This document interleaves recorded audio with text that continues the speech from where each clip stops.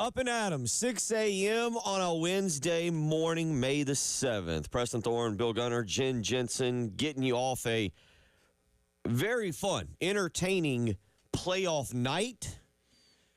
You had incredible games in the NHL. Preston, you had incredible games. The NBA playoffs that you've been so much into, they're delivering. I know that I hadn't been around to talk Knicks Celtics and a blown Celtics lead, but that delivered the other night, and last night you got more of the same. The NBA playoffs is what you all think the NCAA tournament is.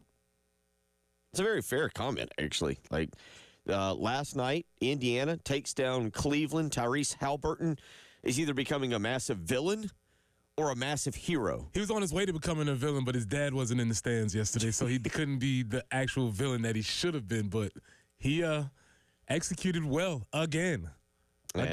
He continues to hit game winners. Game winner, 1.1 seconds left on the clock.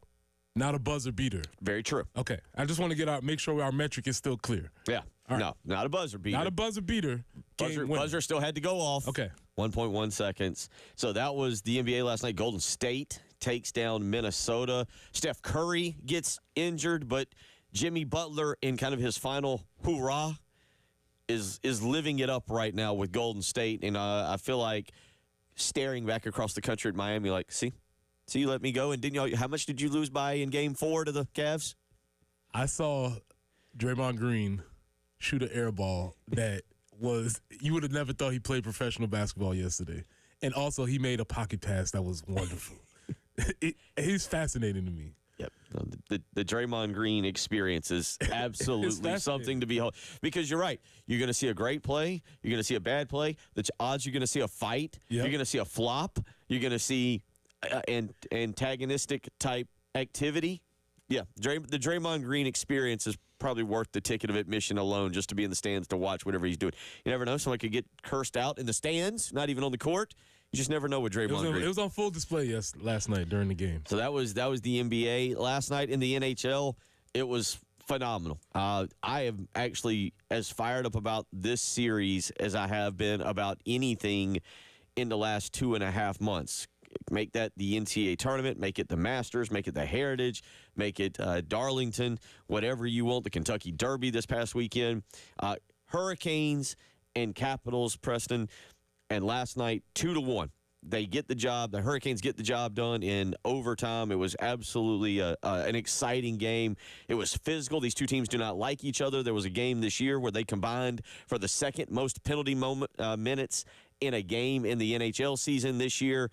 It is a rivalry. It is dislike, bordering on hate. It features a stud in Alex Ovechkin. A superstar in the sport. It has everything you need.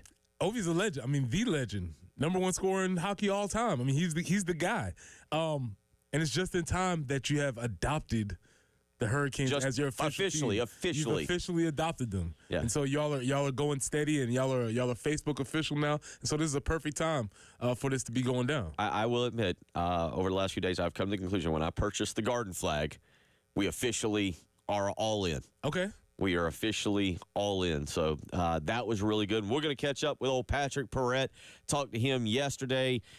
Old Patrick had to take some clients to work last night and missed the first quarter. First period. So he must be a real adult. He's married. Yeah, he's married now. He's having to take clients to. So we'll pick on him a little bit about that this morning. And also, he's got some draft thoughts. We'll get his Shedeur Sanders draft. From what I understand yesterday, he is not the person who filed the lawsuit against the NFL claiming mental damages, if you will, over Shedeur Sanders being dropped in the draft. Yeah, John Doe filed that lawsuit. I believe it was $100 million. $100 million over emotional distress. I would like. Is this a class action suit? Because I'd like to get. You want to be a part of this? Sure. See if you can just get in on this. Why not? Just see if you can claim about $1,000 off of this. Totally understand. So that was everything. And then last night in Major League Baseball, Preston, since I've been gone, the Braves are quietly starting to turn it around. The Braves are starting to rev up here at the beginning of May. If you remember, they started 0-7. Remember, we were slated to do a Chop Talk segment here every Thursday, and at the beginning of the season, it was like, this could be interesting for all the wrong reasons. But things are starting to turn a little bit. 17-11 since. They've worked their way back to 5 games of the Mets. We'll have the big Chop Talk segment tomorrow, but they have slowly just kind of, as I think it was that you said a few times, it's a long season. It's a long season. And they're slowly working their way back into things. Marcell Ozuna with a big hit last night. Braves get past the Reds. Reds are just not very good right now. They get past the Reds 2-1 in 10 innings. So we'll continue to talk about that tomorrow during Chop Talk. But a lot of discussion today as I've been out on the South Carolina baseball situation. And I'm interested to hear. I completely disconnected, removed myself from everything, Twitter and everything, just got away the last few days, did watch sports, watched the Kentucky Derby. I will admit on Sunday, I did not really get into the doubleheader. So late Sunday afternoon when I saw the score, Did you get? I you were wondered if I was transposed? still a little tipsy from the Kentucky Derby. Was he loopy? Like, is this the fall? I thought we didn't play Florida this year on the schedule. That Billy Napier got us again. Yeah, it's very easy to understand how that could happen. Very easy. It was bad, and then that led to a lot of speculation on Monday morning regarding the status of Paul Mainieri. I don't know. I'm interested to hear. You were doing the show Monday morning with Tyler. Did y'all come in here like, all right, refresh Twitter every break to see if there's breaking news? Yes. Yeah, we did. That's the odd thing sometimes. There was smoke in the city. Yes. I mean, and the city being Twitter, but yes, there was smoke in the city. And so, yeah, Tyler was sitting right there, and we was kind of like, are we going to be having to do some, da-na-na, da-na-na? Yeah. I didn't know. So it didn't happen. It hasn't happened. There's been conversation. Up until that point, we hadn't heard from Paul Mainieri. So all of the rumor mills were, and quite frankly, are still swirling, but at least we've had some conversation from Paul Mainieri to sort of quell at least his part of the equation. And what we'll do is here in this hour, we'll also turn that into a little bit of Shane Beamer talking last night in a Welcome Home event about his relationship and expectations with a new athletic director, because Preston, this is where now we're going to learn a lot about Jeremiah Donati and how he operates. John Whittle was that guy on Monday. I don't know if you caught this getting on thebigspur.com. John Whittle was that guy. He put out a headline late Monday afternoon. Again, you kind of mentioned it. Y'all were trying to keep an eye on anything. And all it said is basically a coaching change has been made at the University of South Carolina. He was referring to the beach volleyball coach. I saw that trick being done a couple of times. It's a solid trick. It was apropos for the time. But now I got to really go back and maybe on Friday we'll go to our Gamecock wraparound to see what exactly was going on with beach volleyball, because apparently that wasn't going well. Not good enough. And that's the thing with Jeremiah Donati is it's right now, if he's looking around, there are some things he's probably going, not good enough. Listen, man, I told you, when the new boss comes in town, everybody better tighten up. Everything is different. Whatever previous relationships you had, whatever previous arrangements, you could leave work at 3:50 instead of 4 o'clock. You could take a long lunch, come in. Whatever that situation was, it's different now that there's a new AD, and you want to put yourself in the best light as possible. And Paul Mainieri has not done that. Better be a good smooth talker right now. Better have a plan. So we'll get into that, because there's something that hasn't happened that maybe is a good thing or maybe a bad thing. Ooh, I think I know where you're going, and I like it. So because Paul Mainieri's told us what he expects, Jeremiah Donati has not spoke. We'll talk about that this morning. Again, get into some Shane Beamer expectations and also a little bit of makeup work for me. We'll get into all of that this morning. Patrick Perret will join us at about 7:30. So a lot to do, a lot to get into. Hope you're up and Adam on a Wednesday morning. You're listening to Preston Thorne, Bill Gunner, Jen Jensen. It is the early game.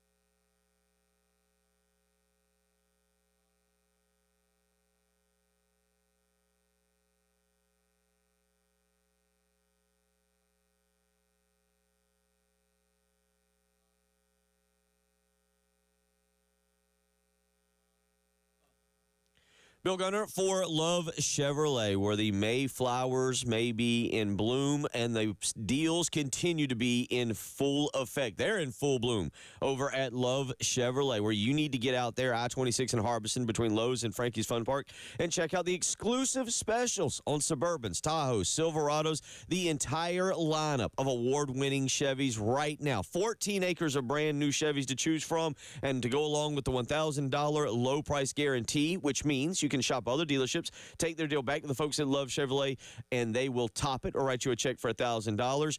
You are going to find exactly what you want at Love Chevrolet. That's exactly why they have been the Midland's #1 volume Chevy dealer since 1961. It's the way they treat their customers that stands out, and why I enjoy being part of the Love Chevrolet family. So get out to Love Chevrolet today, and together, let's drive.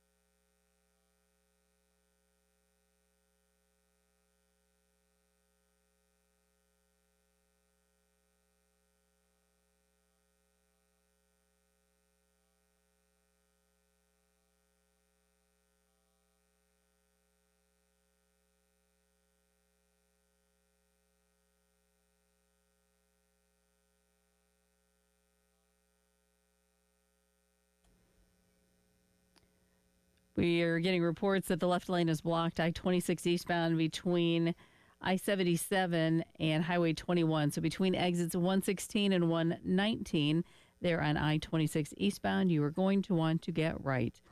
Also an accident, East Steel Road at Platte Springs Road and Lady Street at Marion in downtown Columbia, an accident there. Those chances for showers will be on the increase today, maybe starting around lunchtime, could see a few. And then just possibilities for rain throughout the rest of the afternoon and evening. Kind of the same for tomorrow and Friday. Today's high 76, 82 tomorrow, 81 on Friday. Right now, though, starting off kind of mild, 57 on 107.5 The Game.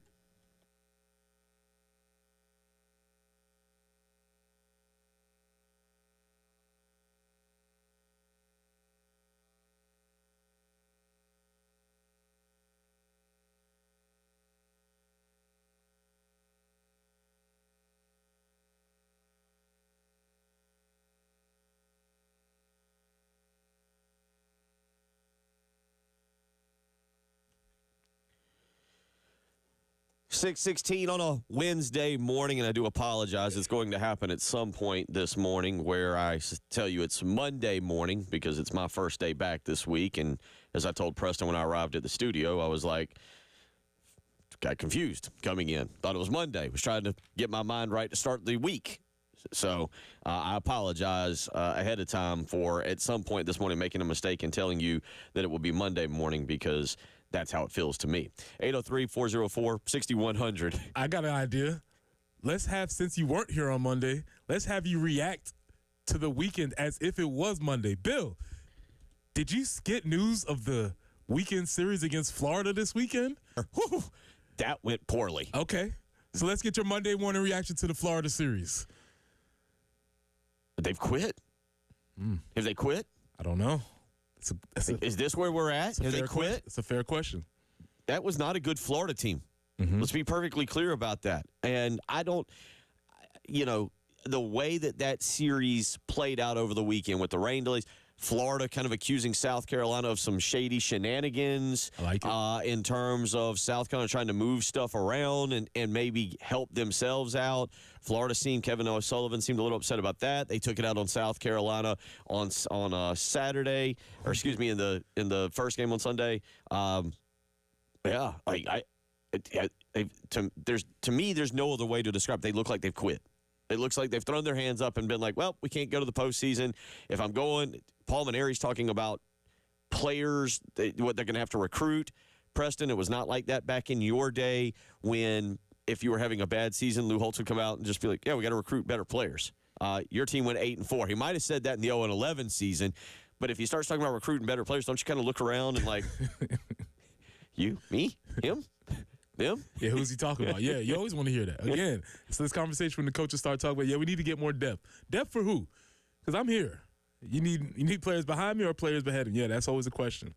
John Whittle had a tweet that stood out that I caught over the weekend after I believe without looking back, I believe it was after the Saturday. It was after the second game. I keep saying that, but I believe it was the second game, and it was something to the effect of basically Blake Jackson just went 5 for 5 and got on base 5 times. Whether he got walked, hit, did whatever, and he's not starting game 3, or I think it was game 2. Maybe I can't remember again. I don't remember exactly when the tweet was, but it was kind of one of those tweets that you're like, wow, that's a lot. That's credit, or that's strong, but it's pointing out flaws within this team.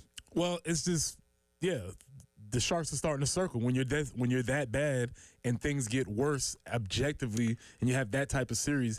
It makes people start to either speak up on things that they have noticed or they start to pay a little bit more attention. And neither one of those are good when you're having such a bad season. It was the Sunday game after game 1, and the tweet says Blake Jackson just played a game where he had 5 at-bats and got on base all 5 times, be it by walk or by hit, and he's not starting.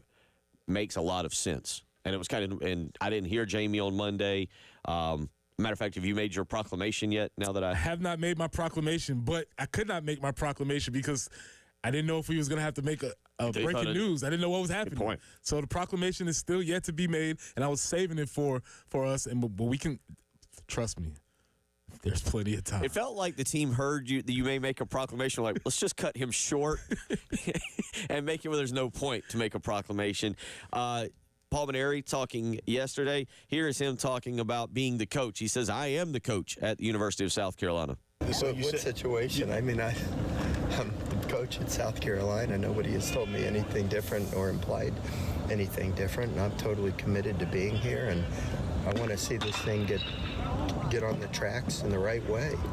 And I've been through this before. My first year at LSU was equally as difficult, and Terry and I went out. We recruited a great class that first year while we were, grinning and bearing it through the first year.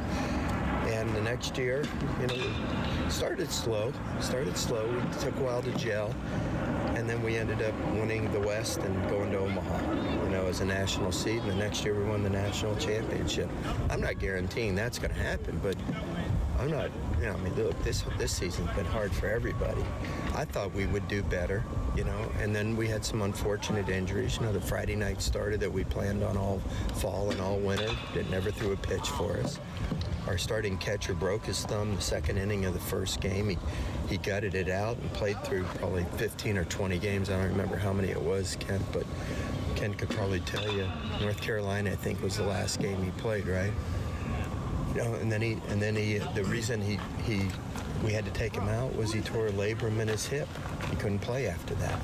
We never really had our second baseman the whole year. I mean, Naraki tried to play, but he wasn't, he was a shell of what we thought he was going to be because he had these knee issues. He's going next week to have surgery on it, on the one knee, and then he'll have to decide if he wants to have the surgery on the second knee as well. We thought he'd be a 10 to 15 homer guy.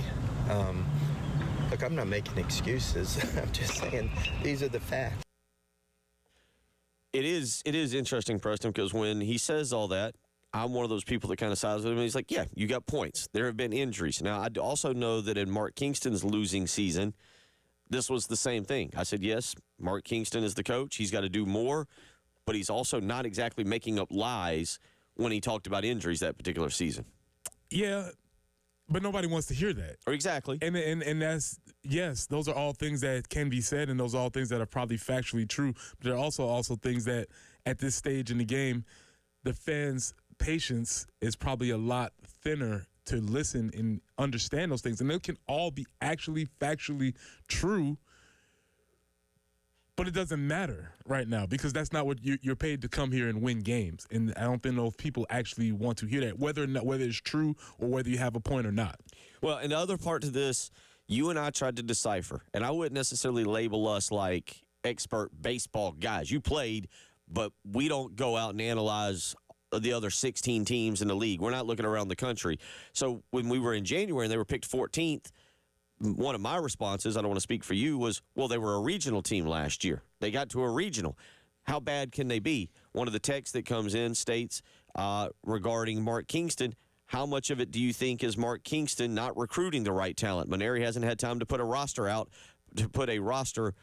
full recruiting class together. That could also be true. And again, that's not why you were brought here. So, yes, that could be true. But at the same time, this roster, whatever it was, hasn't performed even to the lowest minimum standard. They performed below that. Right. And they've done a lot of things that have not. So, yes, there are places where you might say, well, yeah, man, they just beat us on talent. But the 22 to 23 to nothing or whatever that's 22 to 3, yeah. 3, there's no talent deficiency that can get there. 803-404-6100. Let's go out to the phone lines. Ernest wants to weigh in this morning on baseball team. Ernest, how you doing? What's on your mind? Okay, Bill, you were gone over the weekend, but I was sitting there listening to this. The analogy is it's like a house. When Ray Tanner had it, it was a brand new house. It was perfect. It worked. It got us 2 national championships. Well, Ray Tanner decided, hey,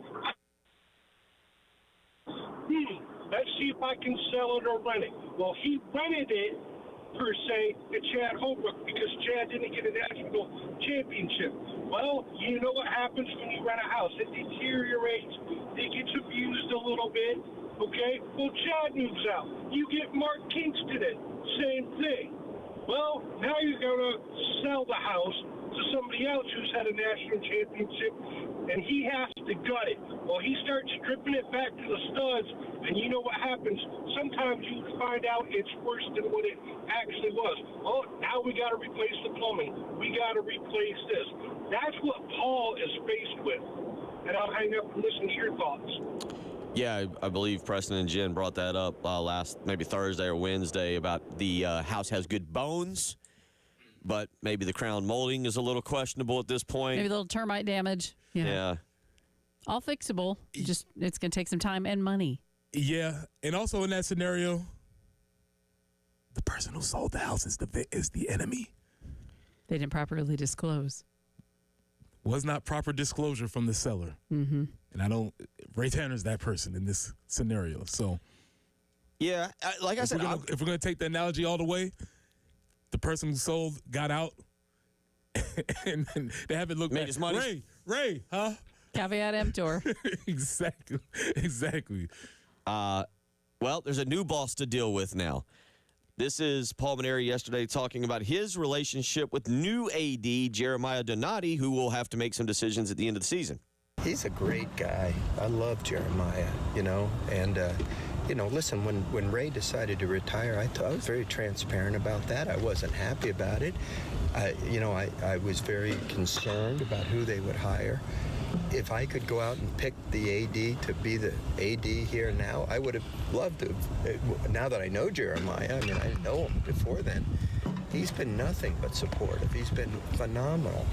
And he's doing everything he can do to support the program. And I think he has confidence in me and my staff, and I have confidence in him. We have a wonderful relationship. And not just him, but the other administrators, Tyson Lusk, Jeff Davis, Charles Bloom, on down the line. They've been nothing but great. We had a head coaches meeting yesterday. I sat with Shane Beamer. He's totally supportive. Lamont's been amazing. Everybody, Ashley, I'm so happy for her. She did it in the first year.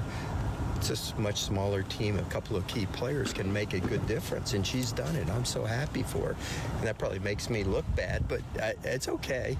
Look, I'm comfortable in my own skin. I've been around a long time, and I've had the arrows and the bullets come my way, and I'd rather them come at me than the kids. So, at some point we'll be standing in front of you, and you all will be saying to me, you told us this was going to happen, and it will. It's just everybody's impatient. Everybody wants it right now. And, I brought it on myself because, I said it's a one-year plan. Well, you have to say that because I don't want the kids that have 1 year left to think I'm looking beyond their last season. There's a lot to unpack from there. Number one, the only coach I've ever heard in my lifetime say he didn't like his AD publicly. I guess maybe two. No. Actually, Kevin Willard, I think, liked the AD. He didn't like the funding he was getting.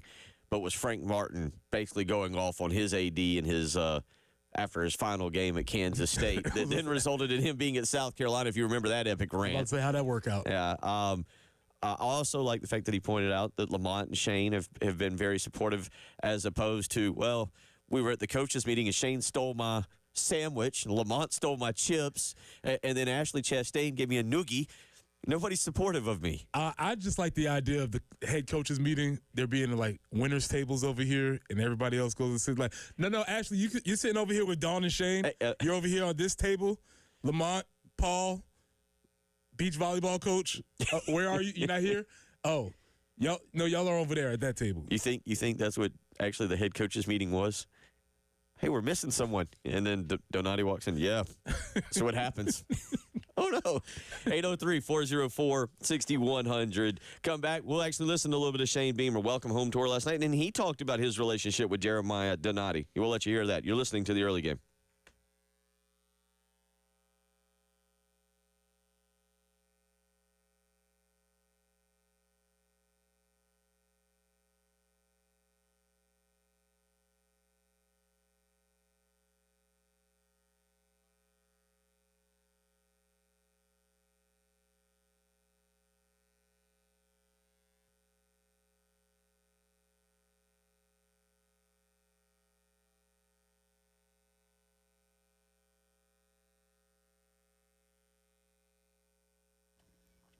It's Jen for CHW Cabinetry in Lexington. I've talked about everything that we had done with regards to our kitchen. Had to do it because of a flood in there. Had to take it down to taking it down to the studs. That's exactly what we had to do, and had to rebuild that kitchen out, which meant all new cabinetry. Wasn't in the mood to pick that stuff out, I can assure you, but they took their time with us, and CHW Cabinetry did a great job from the getting everything figured out, the photorealistic rendering to help us figure out what else we wanted to put into the kitchen. The whole process was fantastic. We decided to use them again as we renovated a couple of bathrooms and needed more cabinetry for those. I encourage you to reach out to them if you're looking for cabinetry that you might need in a kitchen or a bath or more functionality in a closet. You can visit them online at chwcabinetry.com or call them today, 803-520-6837. Tell them Jen Jensen sent you. CHW Cabinetry, passion from inspiration to installation.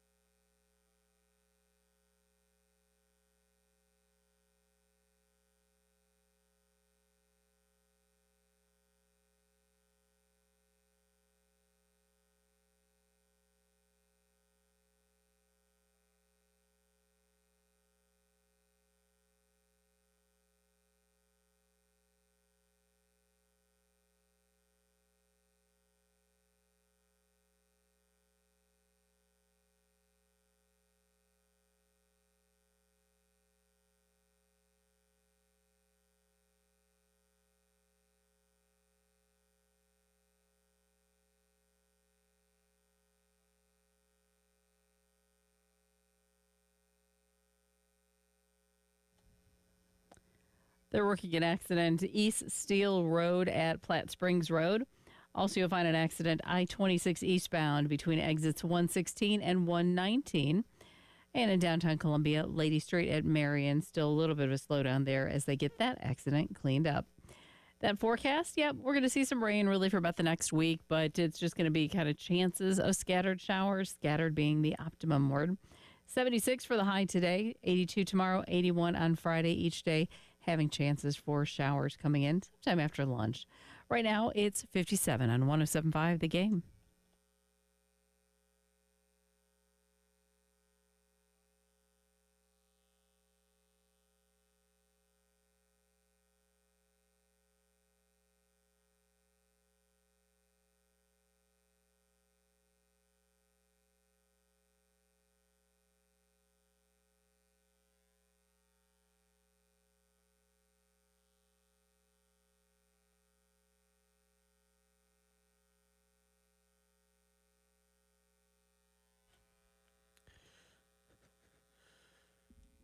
6:35 on a Wednesday morning. Bill Gunner, Preston Thorne, Jen Jensen. Want to remind you, speaking of baseball, the Palmetto Citizens Federal Credit Union Grand Slam giveaway still going.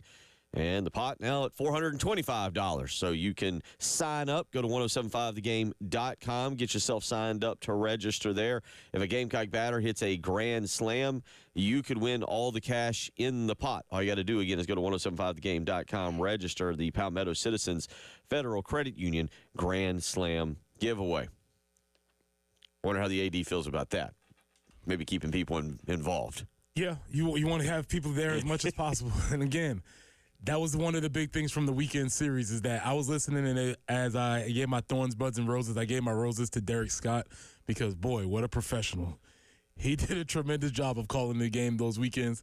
But in between hearing him, you can hear chirps, and you can hear pings, and you can hear a lot of ambient noise in the crowds. And so, yes, people were checked out, rightfully so, probably over this weekend, and that's something you always want to watch for. Yeah, I go back to what John Whittle wrote in his article on thebigspur.com, and it basically mentioned the crowd on Sunday was basically about family and friends of the team. He said there was not much more garnet and black in the stands than there was blue and orange in the stands. And Preston, you and I have talked about this is where Jeremiah Donati, obviously wins and losses matter, but I think this is where he takes, especially in this age of college football, and you look around at that ballpark, maybe you look around at the CLA when men's basketball is playing, and you're going, shouldn't look like this, shouldn't be empty. Now, he doesn't have that problem with football. That's very true, but he'll never have that problem with football until it does. That's why we started saying maybe this is eerily starting to be similar to the end of the Muschamp era when that stadium, which is always packed, was all of a sudden a little bit less loud, a little bit more empty, a little bit less raucous. And so, yes, that is something that football coaches do have to their advantage. But on the other sports, you can very much see when things are not going well. But that didn't stop Shane Beamer from talking last night at a welcome home event. Here is him talking about handling expectations with his new athletic director. Yeah, it doesn't feel a lot different. I think it's just maybe just the newness of having a new boss and not talking to Coach Tanner regularly like I used to, and talking to Jeremiah more, and even Jeff Crane. Jeff wasn't here last year at this time. He didn't come until the summertime. So you talk about my two immediate bosses are brand new, so that feels different, but it's certainly a good thing as well.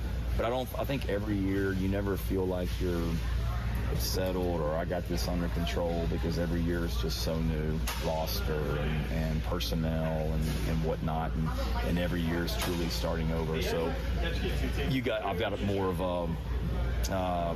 more information to look back on, if you will, that, okay, we did this year 3, it's good. We did this year 4 differently. It was better. Let's definitely do this year 5. I think there's more experiences.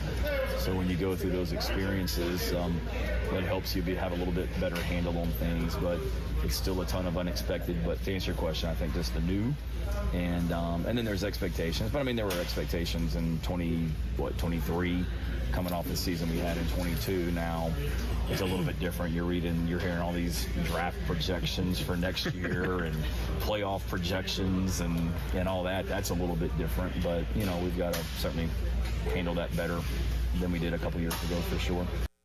All right, number one, I think they are. I've said this. I had to do a show out of Memphis yesterday, and one of the things was asked about that, and something that I've talked about, Preston, that goes back really to last offseason when I was like, hey, you were just 5-7. I don't want to see the videos. I don't want to see the hide and seek. I just want you to quietly go about your business and do what you've got to do. And it feels like since the Clemson game, I know they didn't win the bowl game, but that's what they've done. They've almost gone incognito with their, which I'm a fan of. And I feel like, and like I said yesterday, and I'll say again, is the maturation of the program and the maturing of a head coach. Well, when you're winning games, maybe you don't need to do all of that. True. Maybe that's what they had to do at the beginning when they were trying to drum up some excitement. But now they don't have to do that, and there's also proof to what they've been doing, so maybe they can back off of it a little bit. That might be something to that, but you're right. It's definitely been a lot different as far as the exposure that they've put on themselves as we move forward. And again, that's a good thing because I've seen this week you've got On3 Sports put out, I believe it was On3, might have been 24/7 Sports, but one of them put out their post-spring top 25 because they took into account those spring games that did or did not happen, and South Carolina was right there near the top 10. So you've got they're going to have a higher level of a expectation. Now, I know that the boss is the one that generally makes the decision, right? The boss is generally the one. But the fan base can influence that decision by not showing up or booing or calling local radio shows. And I think that does affect athletic directors. So who do you think you become more worried about the expectation? The athletic director who's in the middle of it but maybe sees it differently, or the fan base who right now is going to be sitting here going, starting at number 10, got potentially the best quarterback in next year's NFL draft. Yeah. Whose expectation do you worry a little bit more if you're a head coach? This is a great question. Obviously, I think you talk to the boss and you see what the internal expectations are. Maybe the outside folks are misinformed or misaligned. And I think this goes back to the Paul Mainieri conversation. Yeah. I don't know if him and the boss that he thought he was going to have, who left out the back door, maybe they had some conversations, and all of a sudden that guy left, and now he's left with what our outside expectations were, and they did not necessarily match to what those were. So I think directly you're worried about what you and your boss have talked about. And then outside of that, maybe you start to think about the fans, and the fans show their support by showing up. Yeah, again, it'll be the expectation, the excitement are going to be absolutely through the roof as we get to SEC Media Days. You know how that kind of works, and it's going to be over there in Atlanta. South Carolina's going to be a dark horse contender for probably SEC championship. You're going to get the Lenora Sellers love. I'm assuming he will take Lenoris to SEC Media Days. Does he go with Lenoris, or does he go with, like, some veteran seniors who have been around for a long time? It's going to be kind of interesting to see, like, say, a DQ Smith or something like that. But Lenoris is going to get all the love. It's going to ramp up exponentially for Sunday, August 31st, and there's going to be a lot of excitement around it. And it should. And it should, because this is when else have we been here? When else are we going to be here? We're talking year to year. This is an opportunity where it should ramp up. And I don't think, and Shane said it yesterday, we don't have to tamp down our expectations. It's fine to have some expectations and to look for the program to take another step forward, and it's cool for the fan base to have those types of expectations. 803-404-6100. That's how you can weigh in if you want to do so this morning. You're listening to Bill Gunner, Preston Thorne, Jen Jensen. It's the early game. Preston here for our friends at Absolute Glass, the premier glass company of the Midlands, offering auto, home, and business glass repair. So if your glass is damaged, shattered, cracked, or broken, they can handle the job. If it's a cracked windshield, that's no problem. They'll come out to your location and replace it for you, usually for free, and they work directly with the insurance company to take away the headache. That's right. They'll come out to wherever you are, school, home, work, it does not matter. Absolute Glass will come out and take care of it for you. Now, if you're at home and you're looking to increase the value of your home, Absolute Glass can do that too. Windows, mirrors, shower enclosures. I say it all the time. If you can see through it, Ray and Marianne at Absolute Glass can do it. So check them out online at AbsoluteGlassInc.com. That's online at AbsoluteGlassInc.com.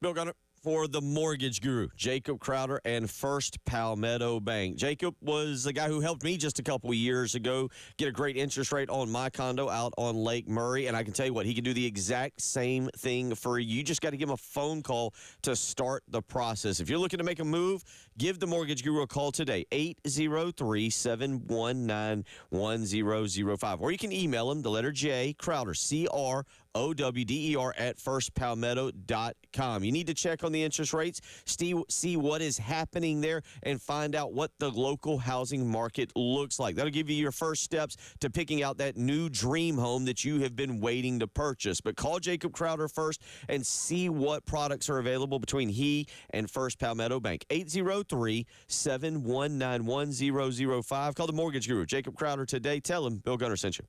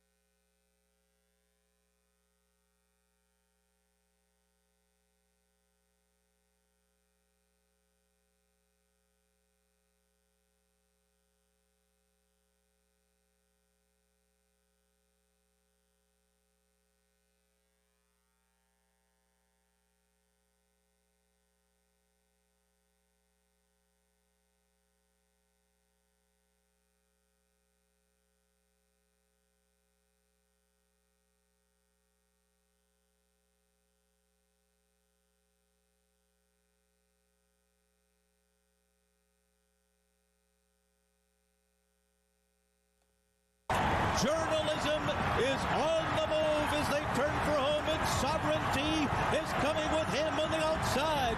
The two of them go right by with a furlong to run. Journalism and Sovereignty, nose to nose, down to the last 16th of a mile. Sovereignty has taken the lead. Journalism is second toward the inside. Baeza is third, but it will be Sovereignty to rule the Kentucky Derby. Journalism and Baeza were next. Final Gambit was fourth. The final time was 2:02.31 seconds. That was the call from Saturday afternoon in a rain-soaked Kentucky Derby. Preston, is that your kind of Kentucky Derby with the butters? I like it. The whole 300 playing in the slop. I like it. A grind them out type of Kentucky Derby. I like it. That's a good question. I hadn't thought about it. I hadn't considered it from that perspective. Yeah. Let's see who's the real tough horses here. Any horse can run on a nice, flat, clean surface, but the real grinders, the real champions can have to pull through in those types of conditions. Congratulations to Sovereignty. So I did a little more. I got a little more involved in it maybe this year than I have in previous years. And learned a lot more. The Kentucky Oaks on Friday is becoming kind of the big. Actually, it's becoming one of the bigger attractions. And then the Kentucky Derby, it's gotten so crowded and it's so expensive, and there's so much going on. I think I saw drinks were like $22 if you just want a beverage for the mint julep. Yeah. So if you just want to do that, good luck with that. But it was I think a really, really fun weekend from that standpoint. Now, what I don't like is what was announced yesterday. Because you got to have horse racing is so niche, right? Like it's so just Kentucky Derby. Why do we watch the Kentucky Derby? We watch because we're putting on bow ties and we're getting dressed up and the women are wearing the big hats and it looks nice. Nobody really knows what the horses are doing. We can't interview them. We have to interview the jockeys. So the only way horse racing stays even close to relevant, if you're not a huge fan, is having whoever wins the Kentucky Derby run for the Triple Crown. And yesterday, Sovereignty or the trainer, I don't know. I don't think the horse told the trainer. I don't know how that works.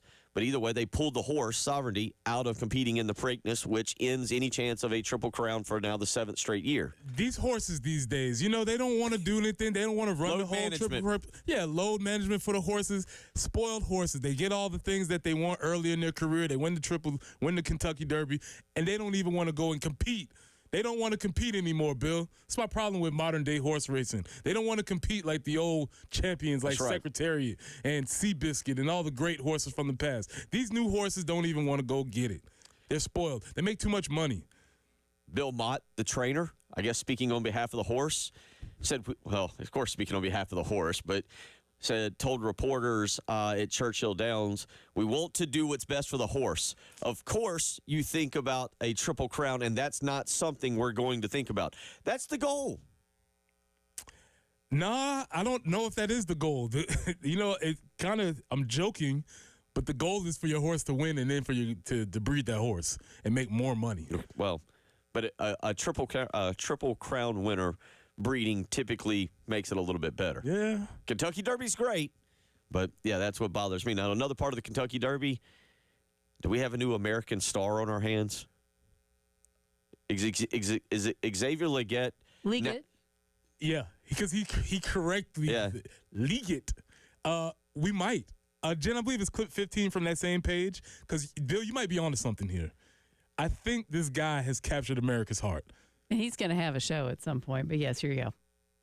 Can you break down your Derby outfit for us? You look great. Oh, yeah, I got that denim on denim Louis V. I got the ostrich boots, the ostrich belt. I threw the L on it for the league, my last name. Yeah. Is he becoming, all right, good and bad? Is he becoming more known for the voice, the fashion, the recipes, or for catching passes? I don't know. It's a 50-50 proposition. He did play on the Panthers last year, and he was okay last year. Yeah. Hey, man, listen, whatever you're known for, whatever works for you, the NFL doesn't last very long, so you need to make sure you got something else going while that's happening. So if you can capitalize on your fame of being in the NFL and doing this other thing, more power to him. He is a budding star, I feel like, at these events where they enjoy getting him in there. And the fun part about it is he's buying into it. My only question is, where was this? We've been asking the same thing. He was here for a while, too. It's not like he was just here for 2 or 3 years, He was here for some time. And again, we were all shocked. I think it was like last year when he spoke, and we're like, that's how you sound? Yeah, like I said, the first time I got caught wind of it is when Spencer Rattler was making fun of him. But I just thought Spencer Rattler was making fun of anybody from the South because he's not accustomed to being around here.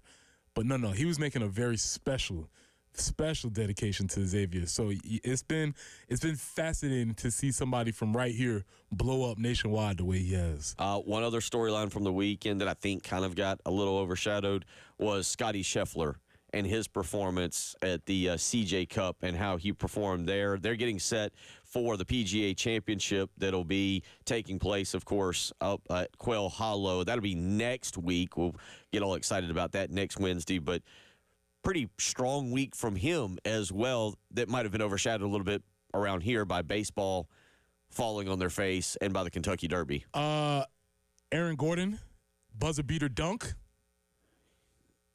See, you said it properly. Buzzer beater dunk. I can accept that. Aaron Gordon, by the way, did you see the stat? Like the last 5 games since 2018 where he's taken the last shot, and it's won the game, he's 5 for 5. Money. Hour 2 on the way.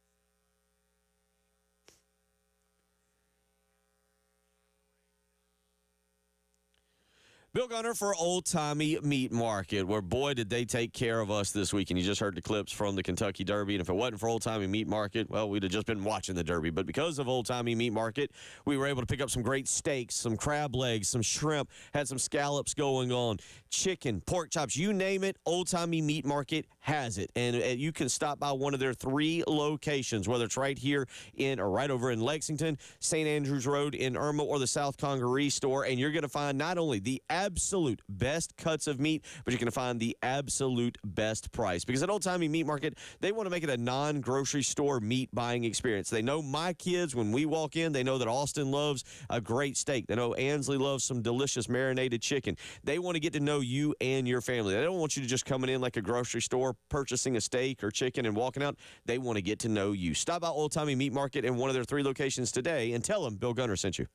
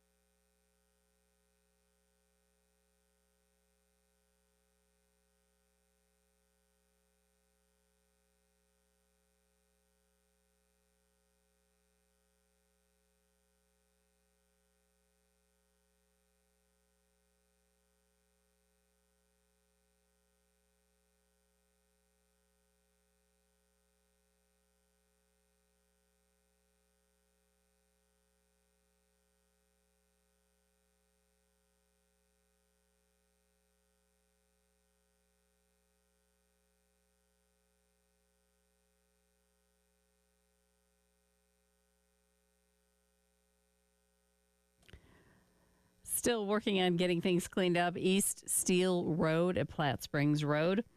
And in downtown Columbia, Lady at Marion could also be causing a little bit of an issue yet. Scattered showers, that's in a forecast for the next several days. The chances for those scattered showers today coming in sometime around lunchtime. 76 for the high, 82 tomorrow, 81 for Friday. Starting off the morning, kind of where we have this week, about 57 currently on 107.5 The Game.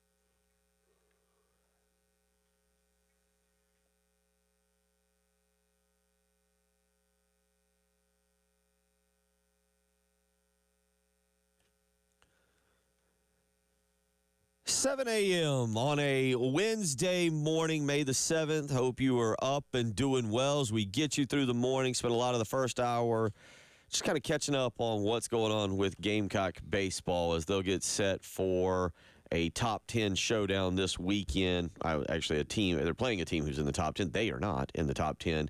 They will hit the road to go to Auburn tomorrow night to take on the 8th-ranked Tigers. That game will be on ESPN2. Of course, we'll have coverage for you as well. You can tune in right here on 107.5 The Game, 6:45 pregame, 7 o'clock first pitch is what I have here. 7 o'clock again on ESPN2, according to the to the Gamecocks online website. So we've talked a lot of baseball. We'll let you hear a little bit more from Paul Mainieri. Last night, pretty fun night in the world of the playoffs, Preston Thorne. And again, as we kind of transition into that slow time, and I forgot there's a big event that's about to start taking place. We're not going to really throw a bunch of questions at Patrick Perrette this morning, but there was nobody who covered, much like you cover the UFL, and nobody covers it quite like you. Which, by the way, the Birmingham Stallions, another victory. Yeah, they're rolling along. Really, really quite impressive what they're doing. But you cover the UFL unlike anybody here in the Midlands. Patrick Perrette had the college lacrosse scene covered unlike anybody else. Coming up soon. It wraps up. I think it's NCAA tournament time, and it wraps up Memorial Day weekend. Championship weekend for sure. And he was always very invested. Yes, so it's big. I would imagine we got our same, the same old powers, Syracuse, Duke, Maryland, the same traditional powers in there. I was going to say there's one or two that I can never. Virginia seems fair. Old classics. So we may throw a question at Patrick Perrette on that as when he joins us here coming up in about 28 minutes. But last night, again, playoffs deliver. Tyrese Halliburton and Indiana rally, and they win a game that it didn't appear they were going to be able to do. I've said it in the 6 o'clock, and I'm going to say it with more conviction this time. The NBA playoffs is what you all think the NCAA tournament is, or what you thought it used to be. Every single night, especially at this point in the playoffs, it is magical. We've had buzzer beaters, buzzer-beating dunks. We have players coming back. We have three-point. We have all these things that are happening. It is absolutely, if you say that you like basketball, this is your time. It's been fantastic. Even in the game last night, Halliburton comes back, wins the game with 1.1 seconds left. But Donovan Mitchell had 48, and he's dunking on people, and he's doing all kinds of things. It's been absolutely awesome to watch NBA playoffs right now. You're right. NBA playoffs. And last night again, Indiana 120-119 over Cleveland. The late game was Golden State knocking off Minnesota, and Minnesota now questioning Anthony Edwards and his effort and what all he's doing. And so you've got a little bit of drama there. Tonight in the NBA, you get more good basketball. I wasn't around. I don't know what kind of coverage you and Tyler, you and Elijah gave New York and Boston the other night, and Boston blowing a 20-point lead in that thing. Oh, we can talk about it now, and I will talk about it later. They missed 45 three-pointers. They got no problem letting it fly. Is that even the same sport? Hey, by the time you miss, I don't know, number 30, maybe you might say, hey, I don't know, maybe we might try something different this time. Maybe shots 31 and 35 are going to go down, but yes, it's a great game. But also, I also said, hey, New York, that's not a good sign. You won by 3 points and they missed 45 three-pointers. I don't think that's going to happen again. Tonight, 7 o'clock, New York and Boston. The other game, Denver and Oklahoma City. And Jokic just out there doing Jokic things. Just a cool 40, 24, and 8. Nothing. Regular, light work for the boy. And there's a clip. It's so funny. At the end of that game, Russell Westbrook gets the steal, and the announcers are watching it, and he's about to do a Russell Westbrook thing, and they go, no. And then he makes the actual pass to Aaron Gordon, where Aaron Gordon hits the three, and they're like, yes. And it's just like, you never know what you're going to get from Russ. Much like the Draymond Green experience. It's very entertaining at all times. When you tune into those two, you never know exactly what you're going to get. Hockey last night was fantastic. Again, Patrick Perrette's going to join us here in about 25 minutes. We're going to not only get some of his NFL draft thoughts, but we're going to get his thoughts on this Hurricanes Capital Series. And he's going to be a regular for a few days here. Back to him joining us because – yes, we have real beef right now. Now, Bill, since you are up 1-0, you're going to have to give it to him, right? Or are you a little nervous? A combination of both, if you Okay. can be. Okay. Like, if they didn't have, as you said, they might have the greatest player on the planet. I don't know where we rank Alex Ovechkin now in terms of being, obviously, he's the greatest goal scorer ever. But when they've got him, you just always, they're always in it. It's kind of like having Tom Brady I get back you. there quarterbacking. Understand. Could be kind of average, but you got that guy. And last night, though, Carolina pulls it out. It was a great match, 2-1 in overtime. The late game was Edmonton and Vegas. Edmonton won that 4-2. Tonight, Florida and Toronto, and Dallas and Winnipeg in that. So playoffs are carrying us through. Braves win last night, 2-1 in 10 innings over the Reds. They are creeping back, Preston. One game away from being 500. They've gotten to 17 and 18, and we'll talk a lot about that tomorrow during our Chop Talk segment. But it's kind of showing you it's a long, long season. In a good way. In a good way. Earlier when we were saying that, College baseball, we're in the long, long season. Exponentially longer. Yeah. So, but the Braves have gotten it going. 803-404-6100. Speaking of a long season, something that South Carolina is going to have to do, as Paul Mainieri has talked about, is recruit their way out of where they are currently at. And yesterday, Paul Mainieri giving an update. He talked about the challenge of recruiting talent when your team is losing. Here's what he had to say. Actually, it's been going great. You know, somebody plants seeds out there, you know, that, the coach is going to resign, he's too old, and, you know, his status is, you know, and all that does is hurt recruiting, those kinds of things, you know, because that's what, and it's those probably rumors are planted by the coaches at other schools in our league to try to give themselves an advantage. You know, people are looking around saying, why are they, you know, I can't tell you who they all are. But, you know, we've had not only great commitments for next year, but the 26 high school graduating class. We got an unbelievable class we're putting together. And people are, you know, and we're beating the top schools in the SEC for those kids. And they're probably all like, you know, well, we didn't think South Carolina could beat us on these recruits. So we've got to somehow discredit South Carolina. You know, oh, the coach isn't going to be there. The coach is going to resign. They're going to fire him and all this stuff. You know, if there's going to be a change, it's news to me. I'll tell you that. I didn't come here for just being here for 1 year.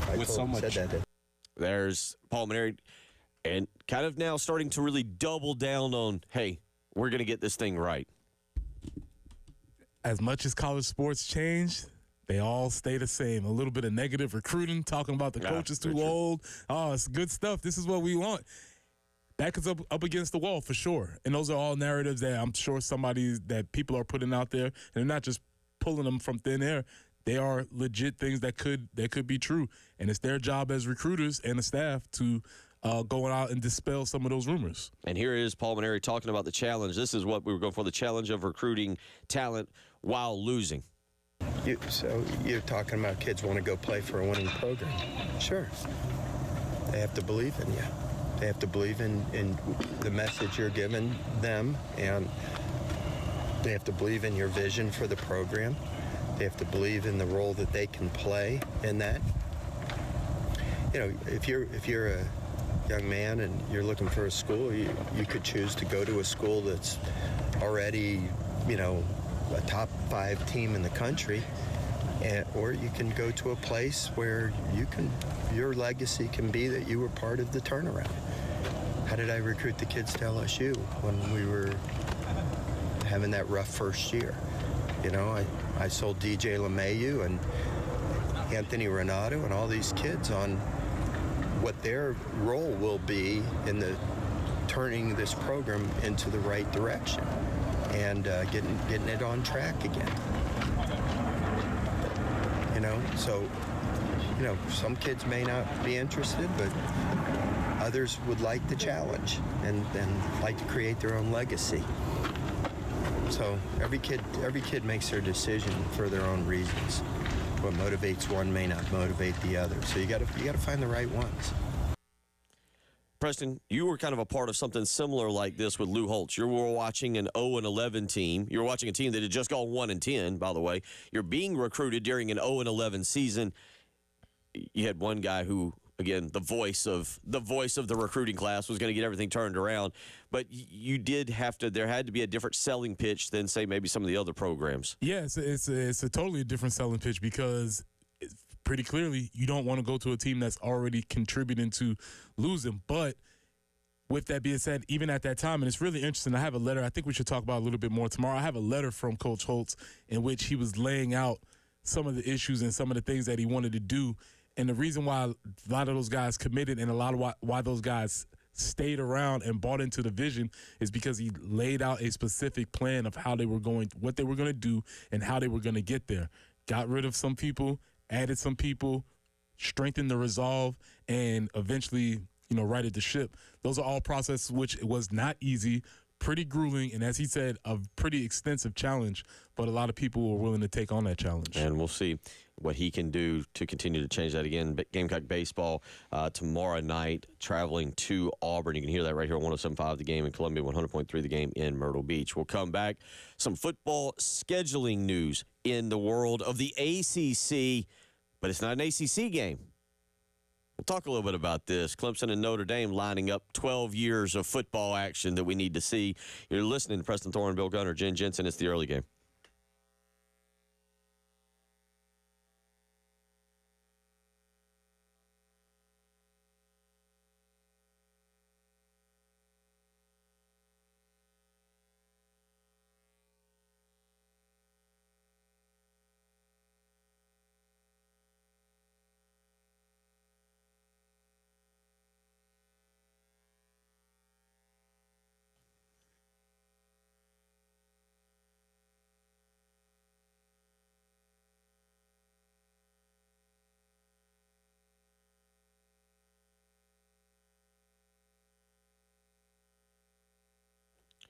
Bill Gunner for Corley Pool Solutions, where they believe in providing the absolute highest quality swimming pool service at the most affordable price to you and your family. So you need to line up maintenance today. Now, we're into the month of May. I've been telling you about this since March. If you haven't already lined up Corley Pool Solutions, today is the day. You need to give them a phone call, 803-445-8109. With Corley Pool Solutions, it is more affordable for you to contact Tracy Corley and his team, people who have been in business doing this, knowing how to keep the pool maintained for over 20 years, than it is for you to try and do it yourself. With flat rate pricing, including all of the chemicals, Corley Pool Solutions doesn't hide the cost. They don't trick you with extra fees or anything else like that. They make sure you know what you're paying for, and they do the job correctly. So call Corley Pool Solutions today, 803-445-8109. Give them a call. Tell them Bill Gunner sent you.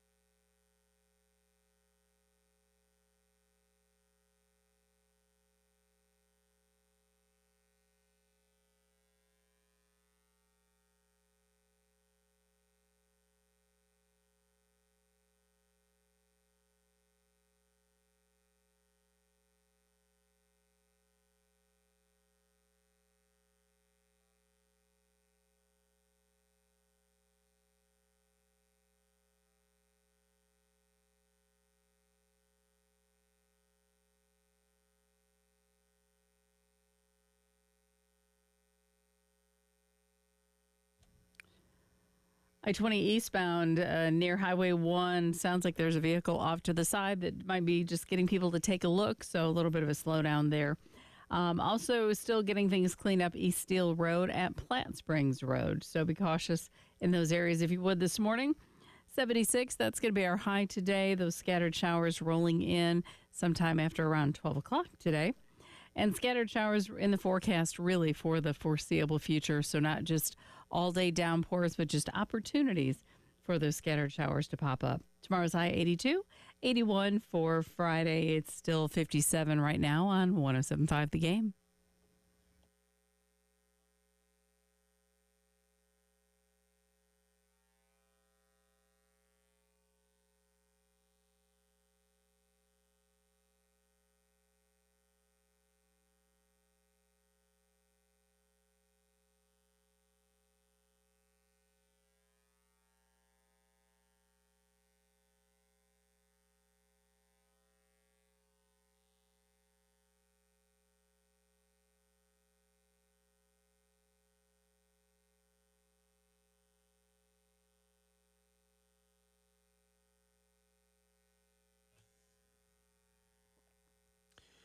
$7:18 here on a Wednesday morning as we roll along. Patrick Pratt due up here in just a few minutes, and we'll cut up with him about a couple different topics. But, Preston, we had some football scheduling news yesterday, and I think there's a lot of different little pieces to this. Clemson and Notre Dame announced a 12-year scheduling agreement that'll run each year, alternating home and away through 2038.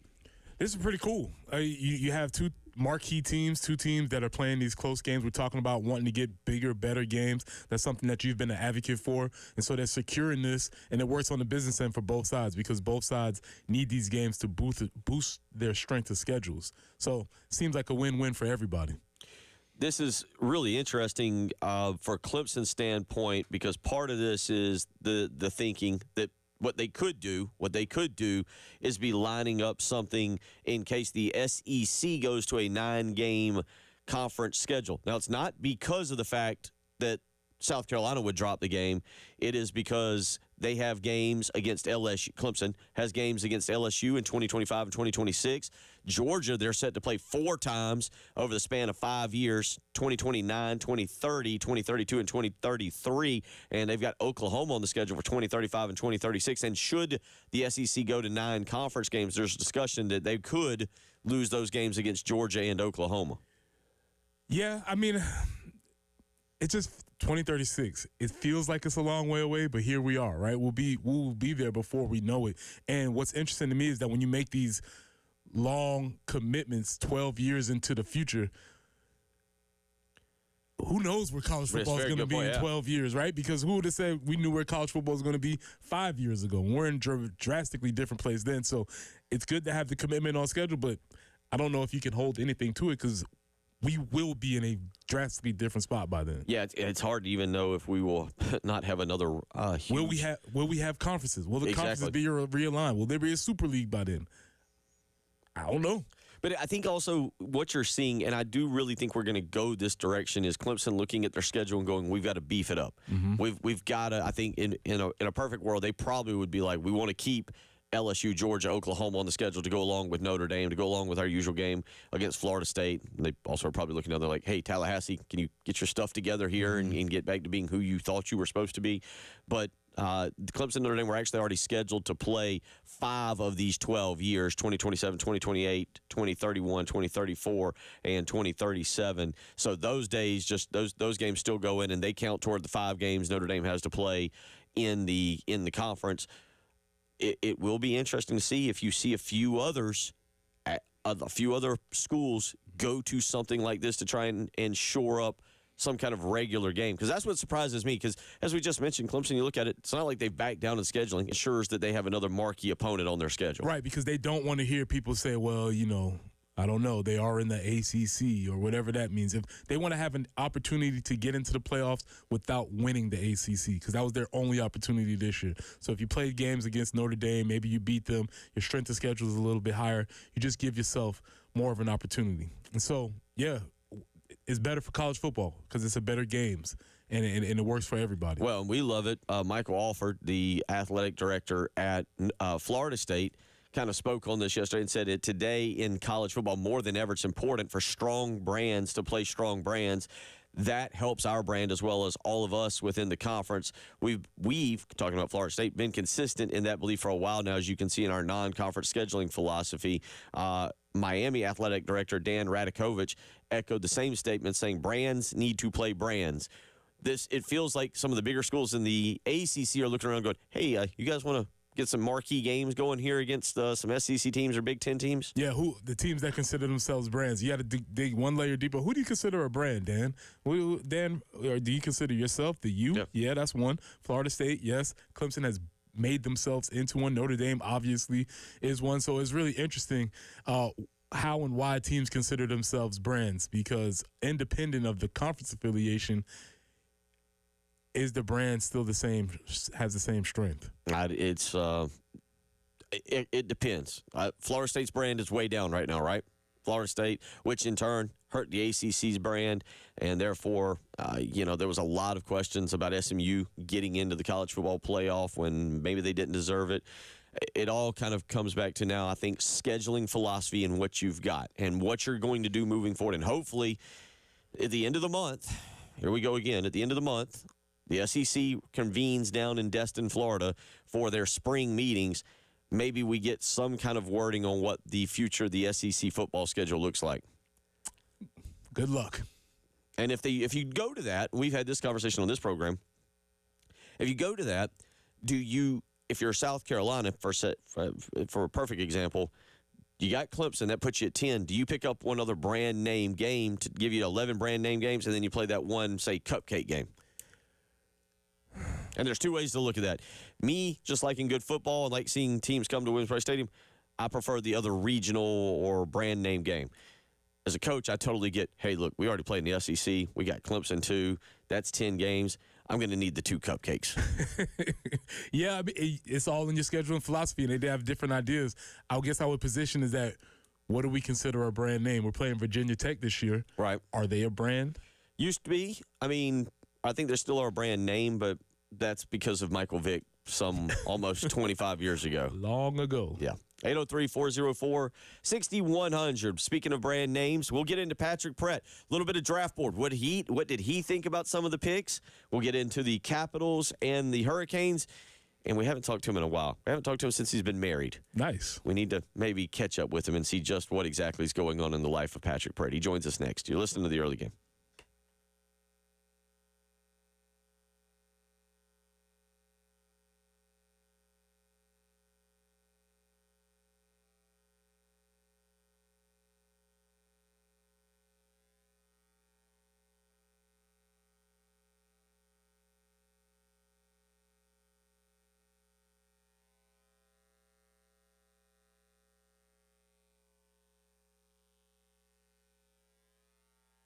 Bill Gunner for Mid-State Roofing, where owner, founder Larry Leitner and the family, they have been the leader in the roofing and waterproofing industry for almost 30 years. 30 years is a really long time, but that's how Larry Leitner and Mid-State Roofing have done it, by being professionals, by offering the proper advice, service, and results to the needs of your facility, and doing it in a manner both safe and pleasing to your operation. And they do it 24 hours a day, 7 days a week. You heard that right. You give Mid-State Roofing a call right now, 726 on a Wednesday morning. You'll speak with an on-call technician, or you can speak with a Mid-State Roofing employee. That's the key thing. There to help their customers 24 hours a day, 7 days a week. So give Mid-State Roofing a call, 803-356-1919. Again, that's 803-356-1919, or you can visit them on the web, midstateroofing.com. If you've got a leak, let Mid-State Roofing take a peek.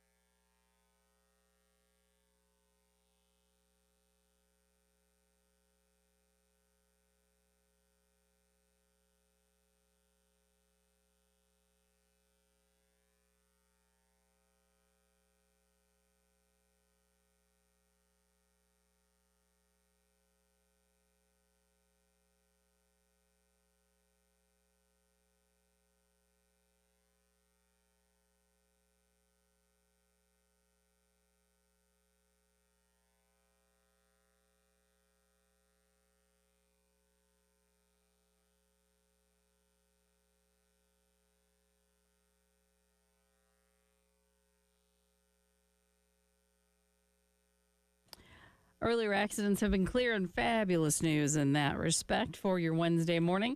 We are going to see some rain, just scattered showers in the forecast for this next several days. So not a washout, but just time to time you could see some showers popping up. Today, likely more after 12 noon. 76, that will be our high today. 82 tomorrow, 81 for your Friday, starting off with 57 currently on 107.5 The Game.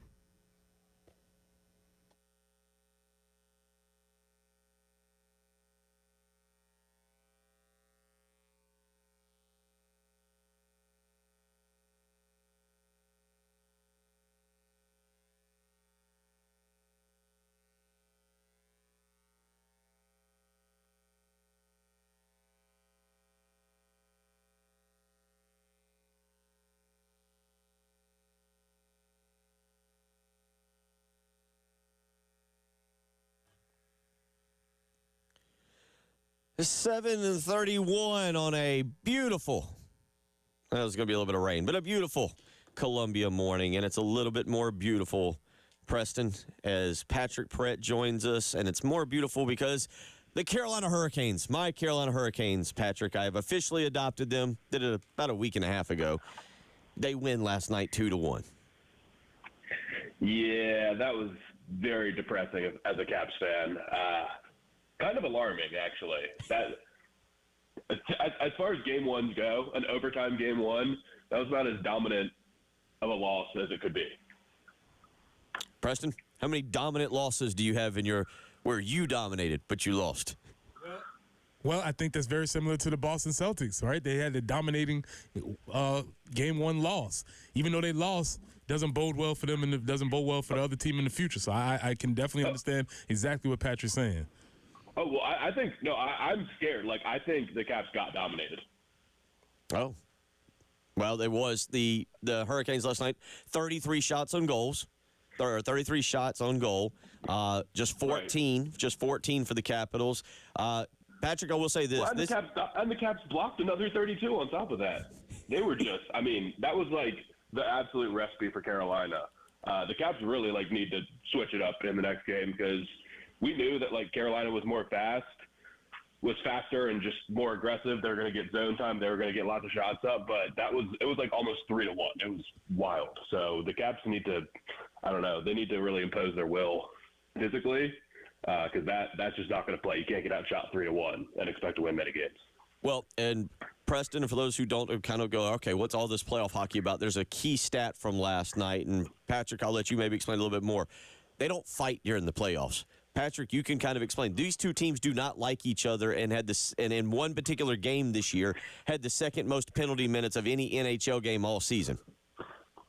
Yeah, it was I mean the Caps would love that. I think Carolina does not want there to be any fights for sure.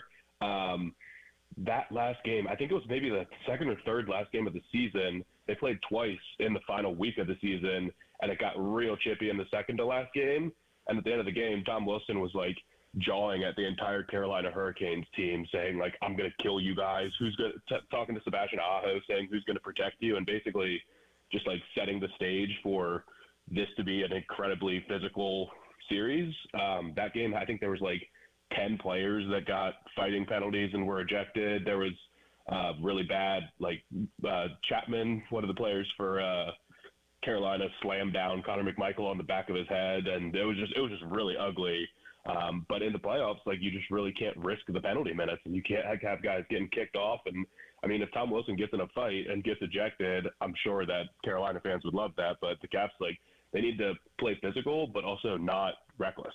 And to my point, so last night, 4 penalty minutes, four total penalty minutes for the Hurricanes, 6 for the Capitals, Preston. That makes a lot of sense, yeah, because we actually have to play hockey. Much like they play defense in the NBA playoffs now, you have to play to win instead of all the other shenanigans going on. But, Patrick, I don't feel the confidence radiating from this telephone, so I need you to bring it a little bit more. What's going to happen with the rest of this series? Because Bill has adopted this team, and we need to shut this down.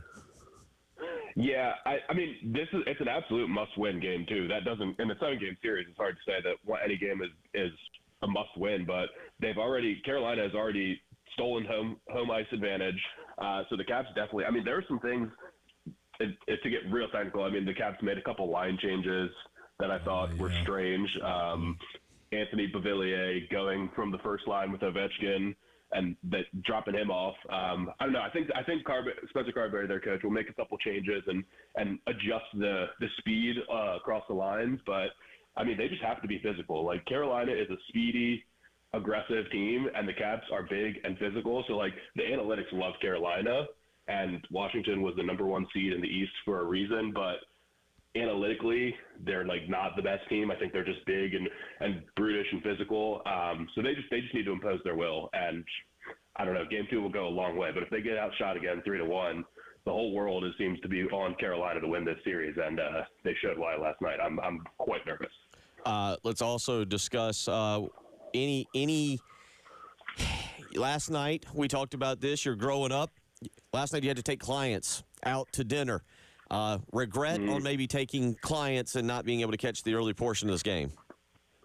Well, yeah, it was also kind of poor planning by the NHL, because the Caps and Canes both waited a week to play these games. We were like the last teams to face off for our second round series, but both of them won their last series in 5 games. So they should have been playing on Monday night, which is what I was planning. When it came down to it, if there wasn't a Game 7 in the Blues Jets, then we would have been playing Sunday night. But there's just no reason that both of us needed to wait until Tuesday to play. So I blame the NHL. It should have been played on Monday night. Maybe you want to sue the NHL for emotional distress. This seems like a current thing that's happening, so maybe that's something that you might want to take up with them. Yeah, what's the going price now? $100 million for $100 million. Distress? Yeah, I think that's something that you might want to jump on. I guess that could lead us to the draft, and you being the early games resident draft expert. Where was Shedeur Sanders on your big board? I mean, he was definitely quarterback number 2, I think. But this quarterback class in general just wasn't very good, and I think a lot of teams clearly just opted out of quarterback this year and said, we'll just deal with that next year. Shedeur I think the biggest mistake was not hiring an agent. I think if Shedeur Sanders hired an agent, he would have been probably a second-round pick. Explain that a little bit. Give us a little more detail on that.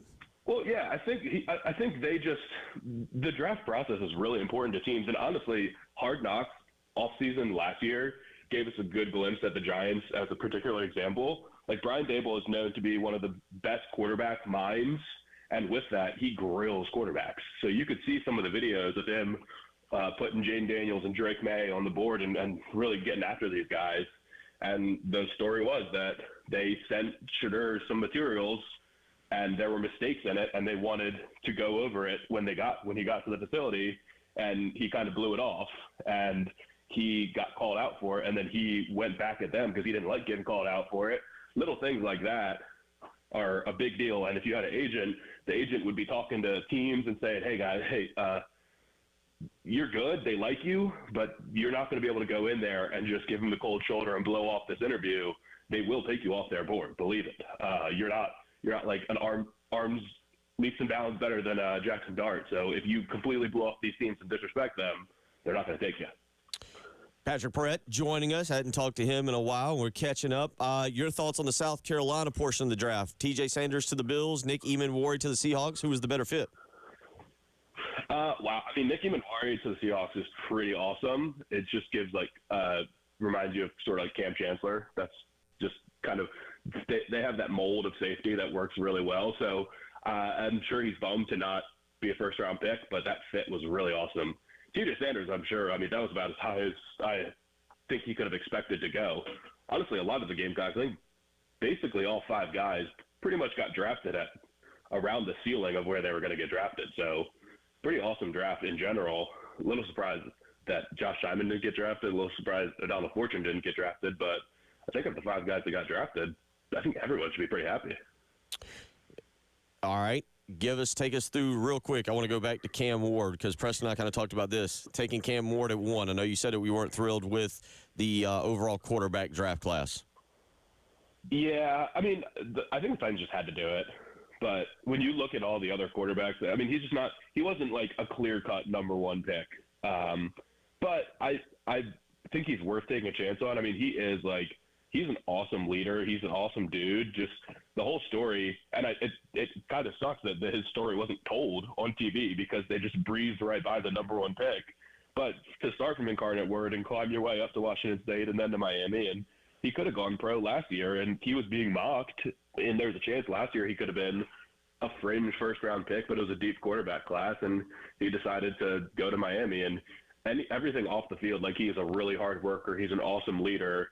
And physically, I mean, he is a stud. Like, he's a good athlete. He's got a great arm. He does tend to throw the ball up and throw some YOLO balls every once in a while, but, I mean, that can be coached out. I think if there's anyone worth betting on, it's definitely Cam Ward, just like mentality-wise and leadership-wise. And, I mean, he's literally started from the bottom. So I think it's an awesome story, and it's a shame that it wasn't given more light during the whole draft process. It was kind of just like Cam Ward's number 1 pick.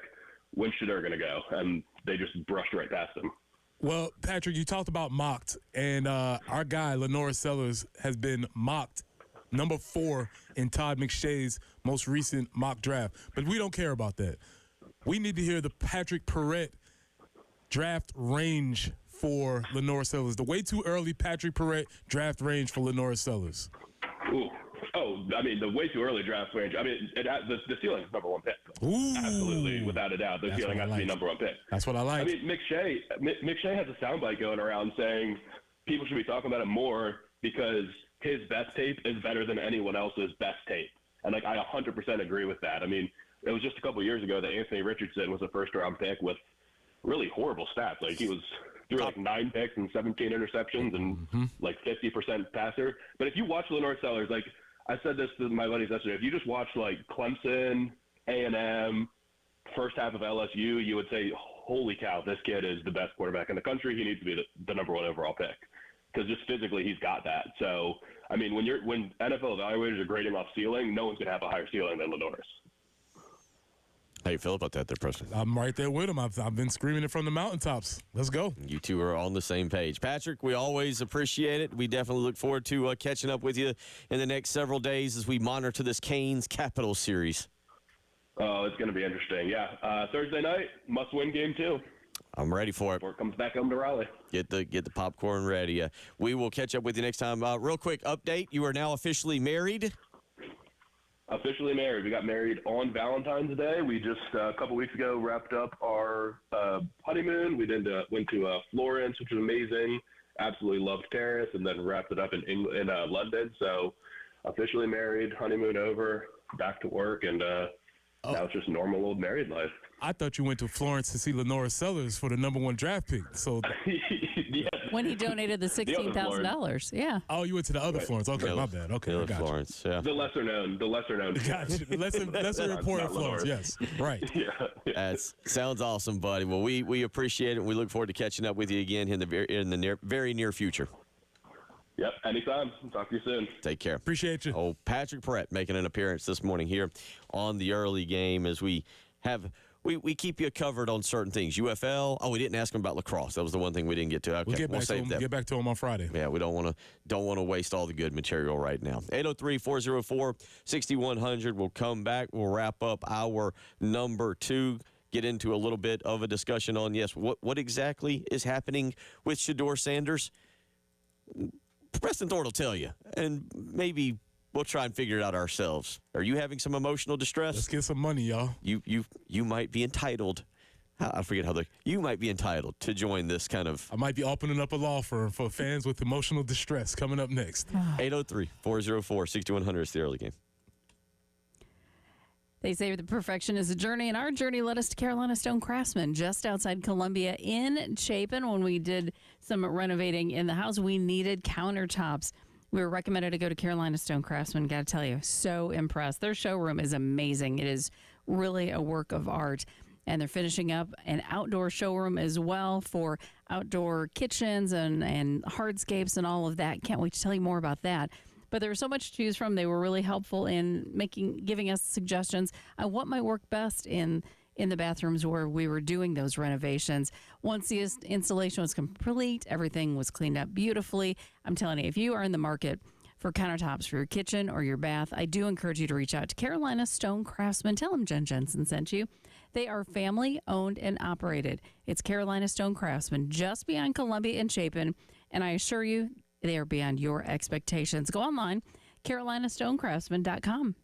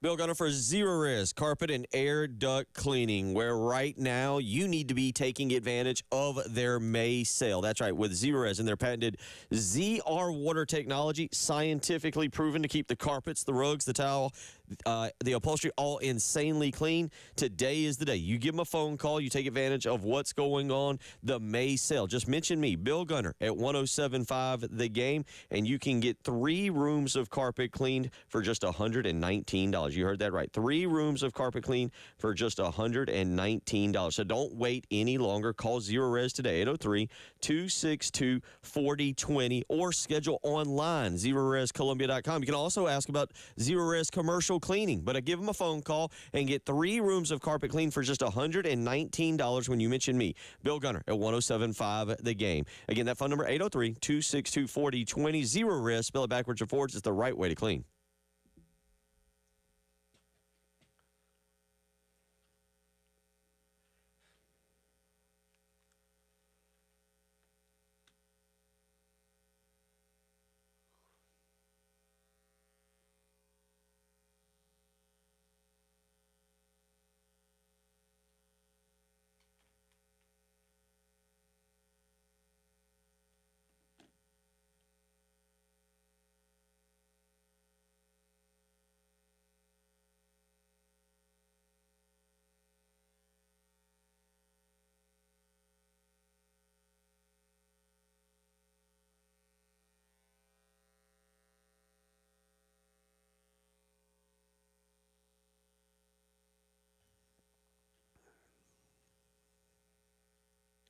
$7:49 as we roll along here on your Wednesday morning. Hump day for me. Tomorrow it's Thursday. Hump day for Preston. That's how we get over things around here. But we got a lot going on. One thing I don't think we have, though, Preston, I don't think, you correct me if I'm wrong, I don't want to speak for you, emotional distress. I feel like we're pretty good with where we are at with mental health and our emotions. Well, we don't have emotional distress, but that's okay because you may have emotional distress, and that's why the early game law firm of PB&J are willing to have any intake in cases that you might have for emotional distress. If you're not aware, one anonymous Colorado fan has sued the NFL or is in the process of suing the NFL for $100 million for emotional distress. And that case will be heard. We'll see how the case goes, but we're not interested in that here at PB&J. That's their case. Okay. 803-404-6100. We are taking cases today.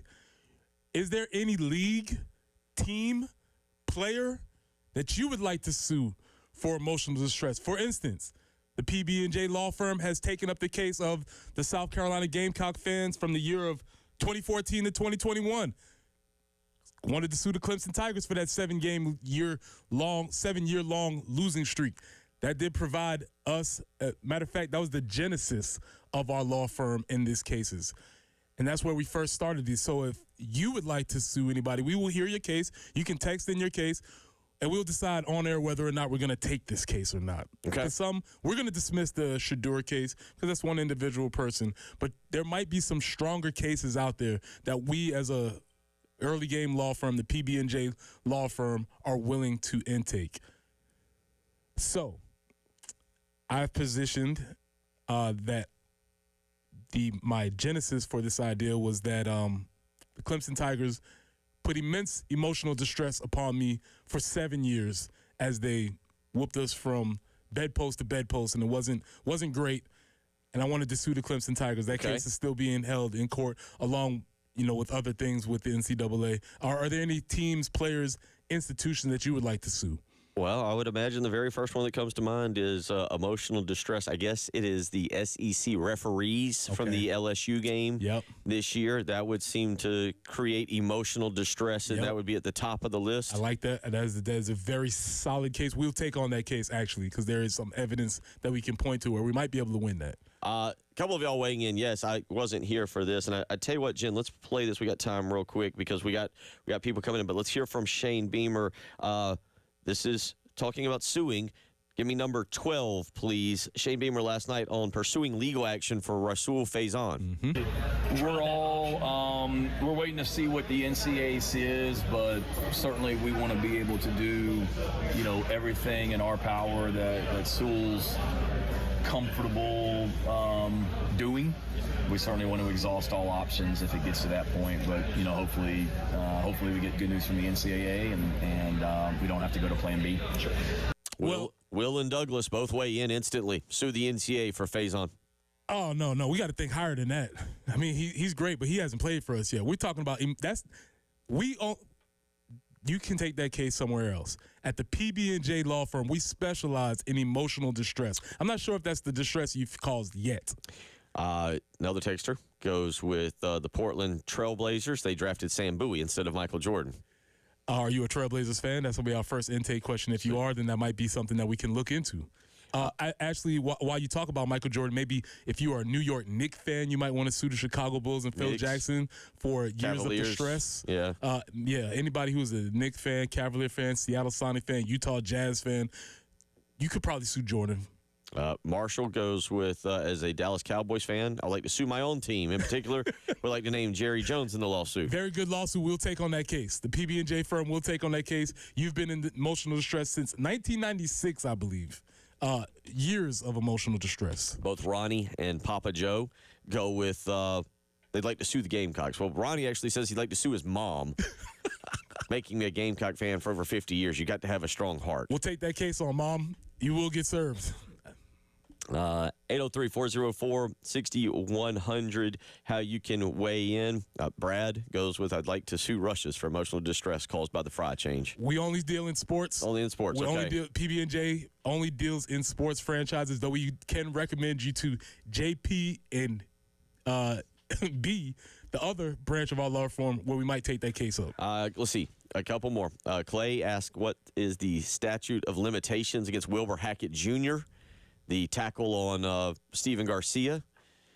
Another texter goes with, sue the Giants for giving Danny Dimes $40 million. We could take that case. We specialize in Gamecock cases, but we will expand to the NFL. Papa Joe, another texter weighs in and goes, Urban Meyer not suspending Jarvis Moss who blocked the field goal. Yeah, that's a good case. We'll take that one. And emotional distress lawsuit against Marquez North for the catch in the Tennessee game in 13, I think. Rod Gardner, you might get served also. Also, he will be in there as well. 803-404-6100. Continue to send those in. We'll get to more emotional distress lawsuits coming up. Also, our number 3 on the way. We'll get back into a little bit of baseball and some NBA playoffs. You're listening to Preston Thorne, Jen Jensen, Bill Gunner. It is the early game.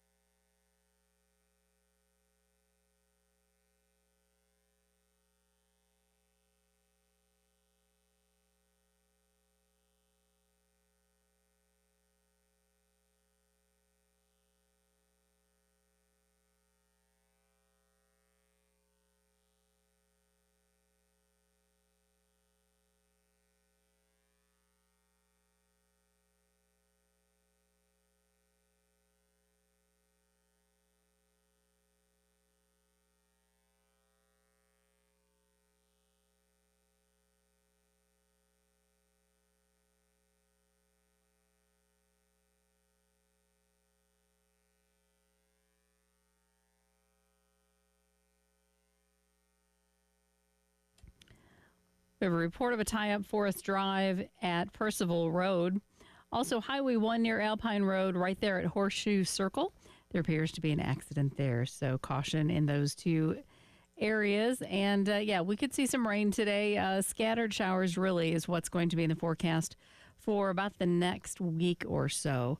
So not a washout every day, but just scattered chances each and every day. 76 will be our high today, 82 tomorrow, 81 on Friday. We will be in the low to mid 70s for the weekend. Right now, it's warming up, though, and sun keeps trying to work its way out. It is 61 on 107.5, The Game.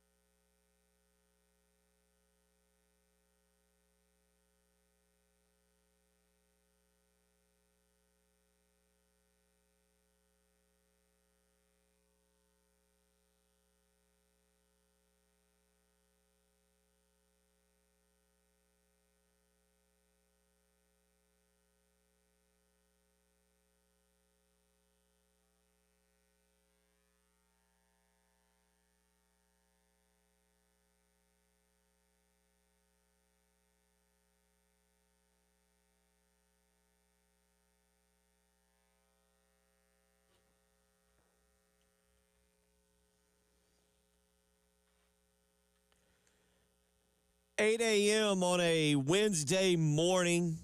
Bill Gunner, Preston Thorne, Jen Jensen, as we get you rolling along here. And Preston, our lead attorney, taking your emotional distress cases on the heels of, if you haven't seen the story, Shedeur Sanders, well, he's a part of it, but he's not really a part of it. What has occurred is a anonymous Colorado fan, John Doe, sued the NFL. Okay? Sued the NFL. Let's give the story real quick so you get background of how our legal operation is working here. A Colorado Buffalo fan listed as John Doe has sued the NFL for $100 million. You gotta say like Austin Powers. Yeah. See, we're not making this up. This is not April Fool's Day. This is real life. The Colorado fan has sued the NFL for $100 million in punitive damages for the harm caused to the plaintiff. Now, I've read through this. The plaintiff, let me go back and read. It is listed as for the harm caused to the plaintiff and the impact of the NFL's actions on his emotional well-being, according to court documents. In the lawsuit, John Doe says he is a dedicated fan of the Colorado Buffaloes and that he closely followed Sanders over the past 2 college football seasons. The plaintiff also claims that reports and leaked statements suggesting that Sanders tanked interviews, wasn't prepared, and was too cocky in the pre-draft process helped create a narrative that was unjustly harmed his reputation. These slanderous statements caused emotional distress and trauma to the plaintiff as a fan and consumer. Fair case. Fair case. We here at PB&J might not take on this one specifically, but we're here to tell you if you have a similar case, the PB&J Early Game Law Firm is here to hear you. For example, Bill Flowers. Anybody know who Bill Flowers is? I know it sadly way too well. I would like to serve Bill Flowers. Bill Flowers was the wide receiver for Ole Miss who caught that touchdown in the back of the end zone in 2004. You will be served, sir, for causing me as a player emotional distress and many Gamecock fans who were there and have not been able to unsee that particular play. So you, sir, Bill Flowers, wherever you are, watch out. Be on the lookout. Early Game PB&J Law Firm will be serving you soon. 803-404-6100. Any other teams? Chicago Bears. I mean, as a fan? As a fan, the Chicago Bears, I was kind of looking up their record. Since we won the Super Bowl, their cumulative record is under 500. There's a lot of emotional distress here. Just saying. Absolutely. You don't have to just sue for financial gain either, because some of y'all are doing this. The plaintiff in the Colorado case, the Shedeur Sanders case, doesn't just want $100 million. He or she wants a formal acknowledgement from the NFL regarding the emotional distress caused by their actions and statements, wants a retraction of the slanderous statements made about Shedeur Sanders, along with an apology for any harm caused to his reputation. They want implementation of fair practices in the drafting process to ensure that talented players are recognized and given opportunities based on merit, and number 4, any additional remedies the court deems appropriate, including compensatory damages. Well, let me tell you something. When you work with the Early Game PB&J Law Firm, we're not going for none of that. We're going straight for the money. Okay. We don't care about well, any of those I think you're going for things. number 1. You want a formal, because I'll give you one that's come in. You want a formal acknowledgement. So 1, 2. Okay, I see at least 2 as many of these have come in. Walt and Susan. They want damages. They want to sue Will Muschamp, and they want a formal statement that he did not know what he was doing. Well, I understand for Will Muschamp. We need the formal goodbye statement because we have not got that yet. So we at the Early Game PB&J Law Firm, we will get that formal goodbye statement out of Will Muschamp for you. Here's one that I wouldn't have had on the bingo card for today. And 2 people weigh in with the same person. Kirby Puckett. Oh, yeah. Game 6. Yes, he took the ball straight out of the – well, listen, I'm not far because we can gather our lawsuits, make them into a class action lawsuit because Jack Morris, you had no reason to pitch 10 innings in that game. You, sir, need to be sued for my 10-year-old emotional distress. It scarred me for life. Yeah, Brad weighed in, and he wants Kirby Puckett sued for walk-off home run in Game 6 and Jack Morris for the 10-inning shutout in Game 7. Brad, we're here. Pete has a really good one. He's going to go against his team. He's going to go against his kicker. But he goes, Bills fans are suing Scott Norwood for the pain and suffering of the entire city for incompetence for failing to simply carry out a job you were paid to do. That's a tough one. It's a tough lawsuit. There's a lot of folks within that Bills mafia that probably could be served. Understand it. But, here at the Early Game Law Firm PB&J, we especially neglect of a franchise if you're a fan of. If you've been a fan, say if you're a Jets fan and you want to sue them. Well, we got one this morning that has popped up. Joey in Sumter wants to sue his Steelers. If you've not been paying attention this morning, the Steelers and the Cowboys appear to have completed. They're working, according to the television here in front of me, they are working to finalize the trade for George Pickens, who has had at least 500 receptions, 800 yards, and 3 touchdowns in each of his first 3 seasons. He's been really fun on the field, but, man, George Pickens is an absolute nutcase. And I imagine Mike Tomlin looked around and said, you know what? I already did this with Antonio Brown. I'm cool on that. So I can understand that. The Steelers, listen, if you're a Steelers fan, there are plenty of other fan bases in line way before you if they're suing for emotional distress. Y'all have been okay. You mentioned Rod Gardner. We've had a couple Rod Gardners that have popped through. Harry wants to know, is it a statute of limitations to protect Sparky Woods in this situation? Another person goes with Ray Tanner for leaving the dugout. Another person. So right now, the surprises of the morning. Okay, no, same texter. Again, why would you pay 40? This texter is very upset about the Danny Dimes situation. It's already hit us once, and now responding, why would you pay $40 million to Danny Dimes and not keep Saquon? Also, I would remind in for the Giants fans, you also drafted Jackson Dart. We'll see how that one works out for you. You're building a case. Very true. So a lot of y'all weighing in this morning. Keep them coming in. Keep them coming in. 803-404-6100, how you can do so if you want to. Who would you sue for emotional distress in your sports life? You can't sue your significant other for just making you do chores around the house. You can sue your sports franchise for emotional distress. Some people may right now want to sue the South Carolina baseball team for emotional distress. And we'll try to get as much money as we can. $100 billion. Minimum. We only start, our cases start at $100 million. No NIL money for anybody. We just want it straight back. 80-20 our way. South Carolina's going to play Auburn. And I tell you what, let's play this clip, number 6, Jen, because if you're suing them, or are you giving them a year to have an Auburn-esque type turnaround? Auburn wasn't very good last year. They're up to number 8 in the country. Here's Paul Maneri yesterday talking about having an Auburn-esque type turnaround. Yeah, absolutely. It shows it can be done. The one thing that has to happen, and I believe that our administration is doing that, is they have to give you the support, because it's an expensive sport to put a team together now. I think you all know that. And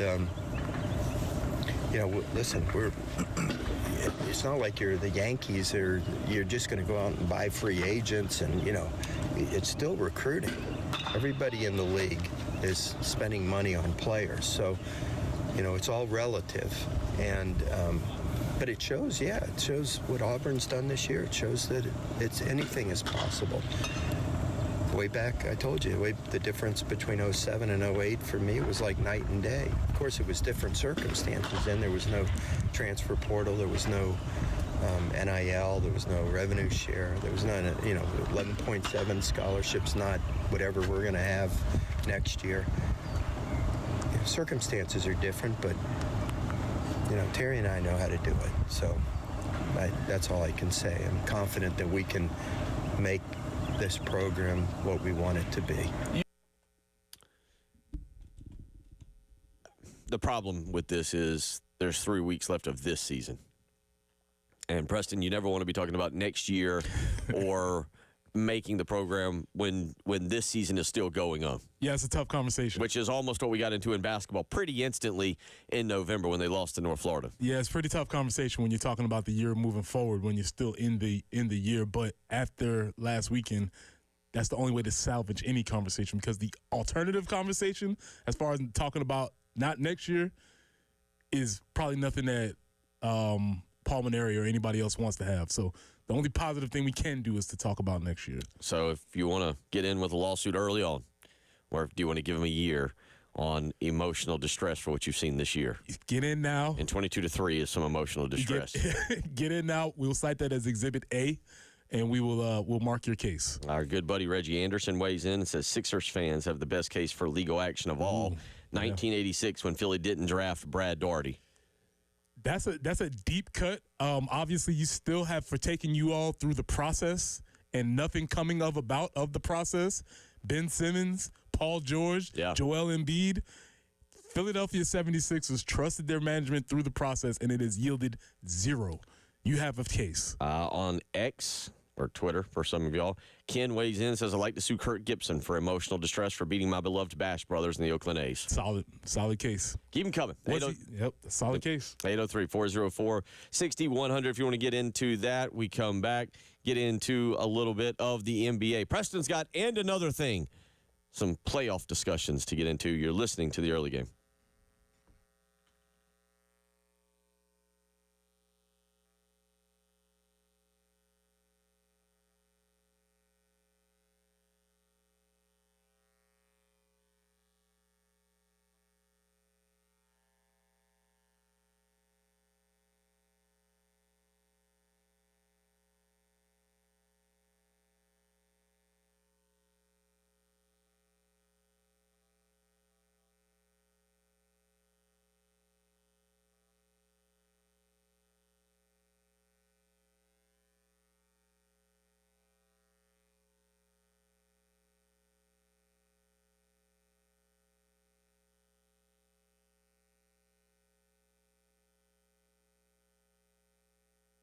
Bill Gunner from Mid-State Roofing. So whether it's your home or your business, whether you're here in Columbia or Florence or Myrtle Beach, Aiken, Augusta, Mid-State Roofing has been helping families for nearly 30 years, being the proven leader in the roofing and waterproofing industry. And it's that proven history that is your assurance that their professionals will provide proper advice, service, and results to the needs of your facility, and they're going to do it in a manner both safe and pleasing to you and your operation. And maybe most importantly, they're going to be there 24 hours a day, 7 days a week to help you. Just give them a phone call, 803-356-1919. Again, it's 803-356-1919. You can visit them on the web, midstateroofing.com. Again, if you give them a phone call 24 hours a day, 7 days a week, Mid-State Roofing will be there with an on-call technician or a Mid-State Roofing employee to take your phone call. So make the call, 803-356-1919, and tell them Bill Gunner sent you.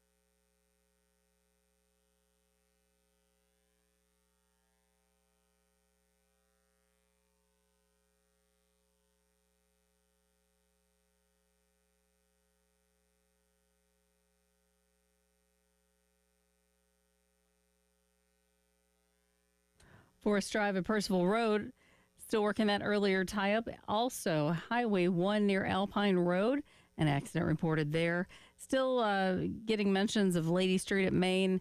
There may still be working that earlier tie-up there in downtown Columbia. As far as your forecast goes, yep, going to see some rain off and on really the next several days. Not going to have just continuous downpours, but just scattered showers throughout those days. 76 today, 82 tomorrow, 81 on Friday.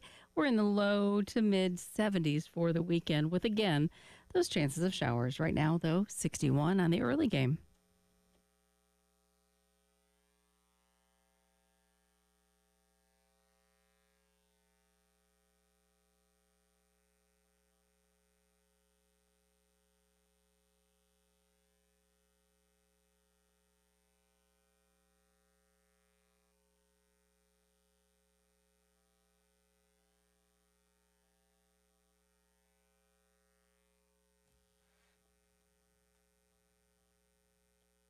Halliburton, the rebound.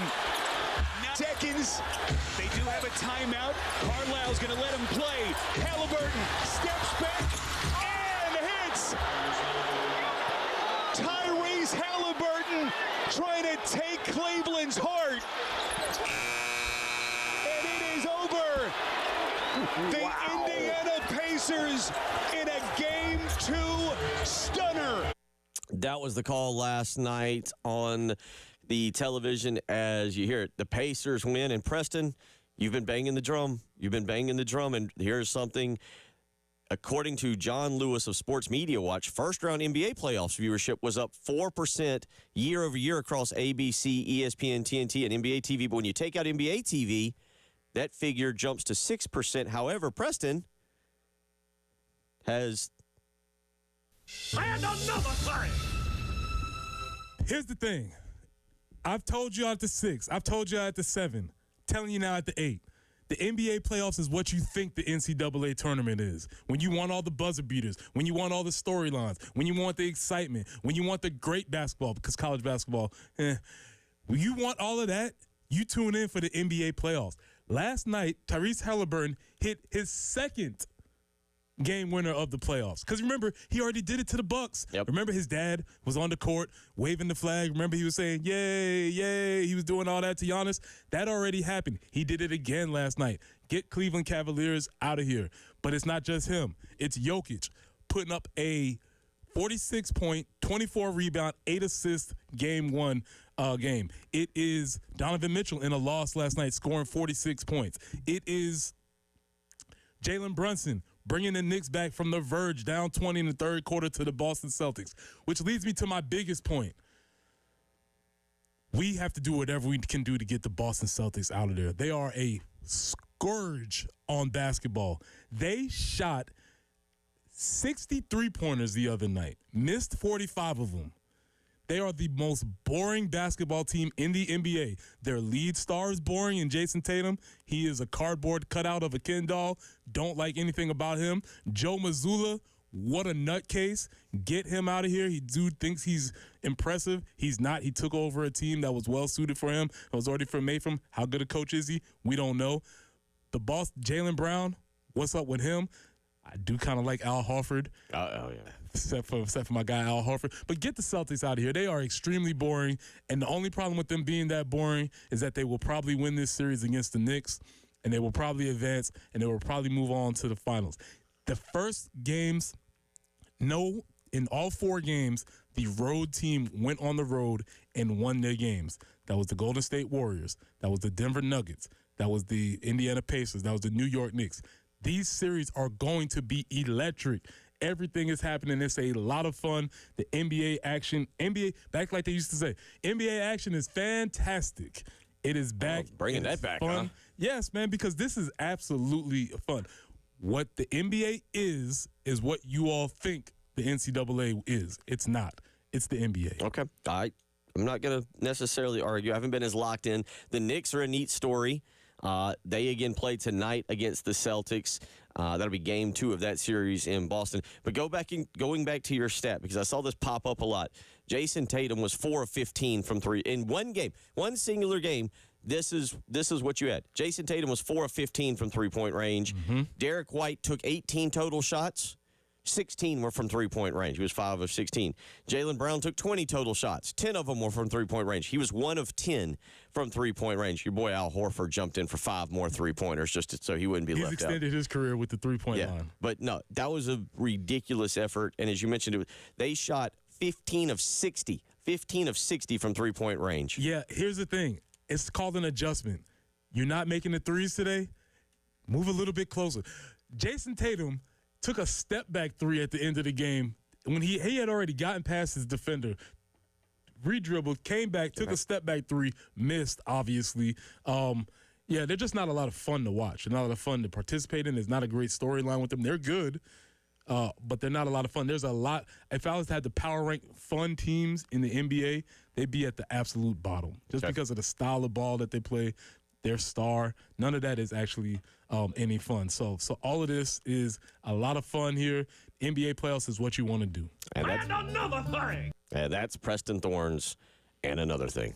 By the way, Cleveland Cavalier fans, PB&J Law Firm, we're taking your cases right now. You might want to sue Tyrese Halliburton today. You can get in on the special. After what he did to your team last night, you could probably have a very solid case for suing Halliburton and putting y'all down 0-2 at home.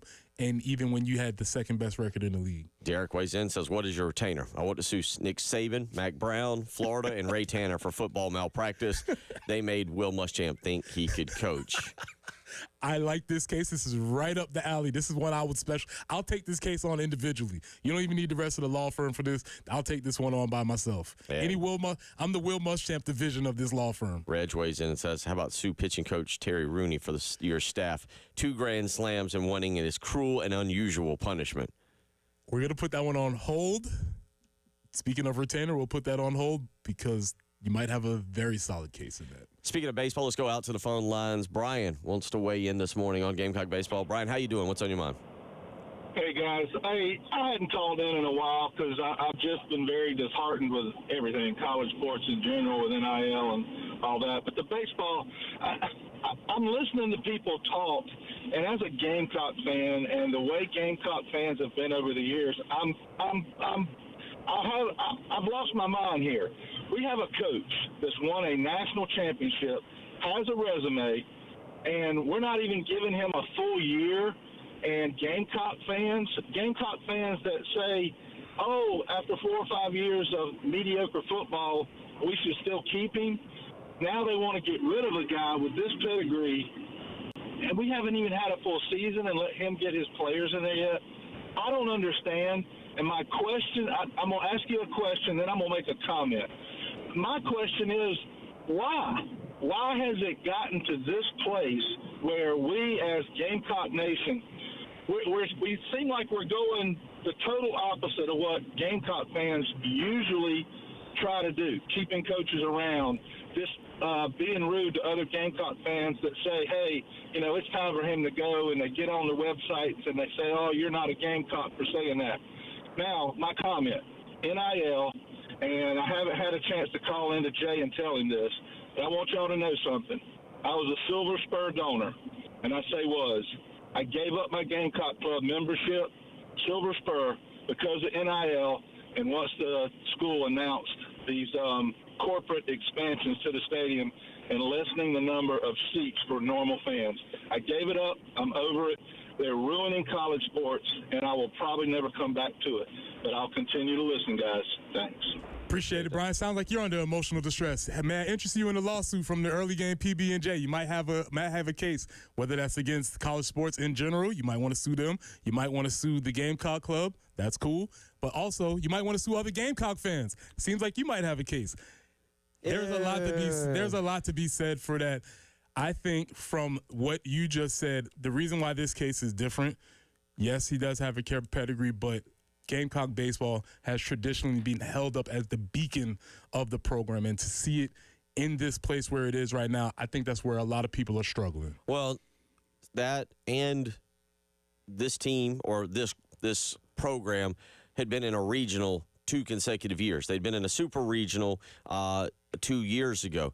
It did not feel like this was going to be a complete rebuild. It didn't feel like he had to get his players in here. It didn't feel like this was going to be potentially the worst season in the modern era of South Carolina baseball. It didn't feel like they would go to Arkansas and get pummeled the way they did several weeks, back at the beginning of April. It didn't feel like they would play Florida and get blown out on Sunday, 30-3 essentially in 16 innings. That's why people, I think, are so upset. It's one thing when you look, also, as you just pointed out, when you look at the football program, you're like, all right, well, we've seen mediocre football. We know it. Okay, we'll give them another chance. Yeah, okay, we're in the right direction. We're bad at basketball again? Although I will say this, there were people calling our show last year after 5-7 saying Shane Beamer's not the guy. Mm-hmm. Like, there were people easily after, and that was coming off of a 8-5 season, and there were people calling our program after 5-7 saying he's not the guy.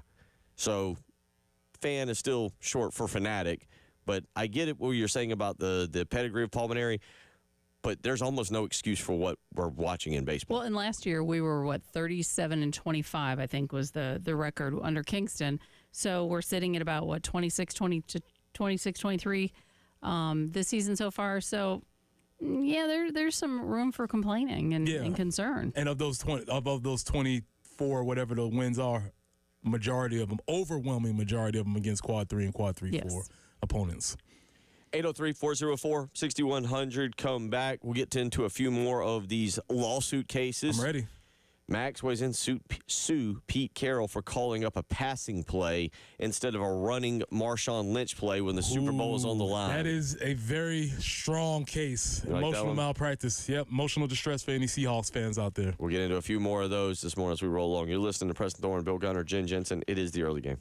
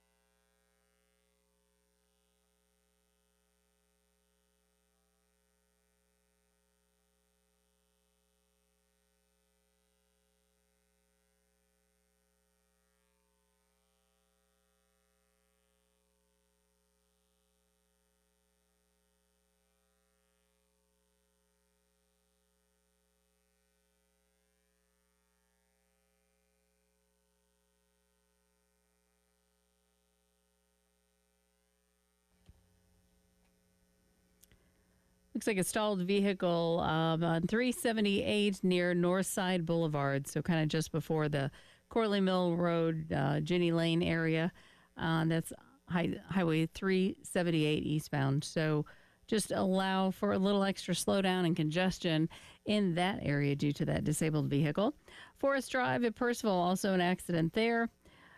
Highway 1 near Alpine Road, I-77 southbound. At I-26, we have a report of an accident there, right there, exit 1. And Lady at Main in downtown Columbia. We talked about the scattered showers. You're going to be expecting those really for about the next week. Not a washout, but just chances for showers throughout each and every day. 76 for the high today, 82 tomorrow, 81 on Friday, 61 right now on the early game.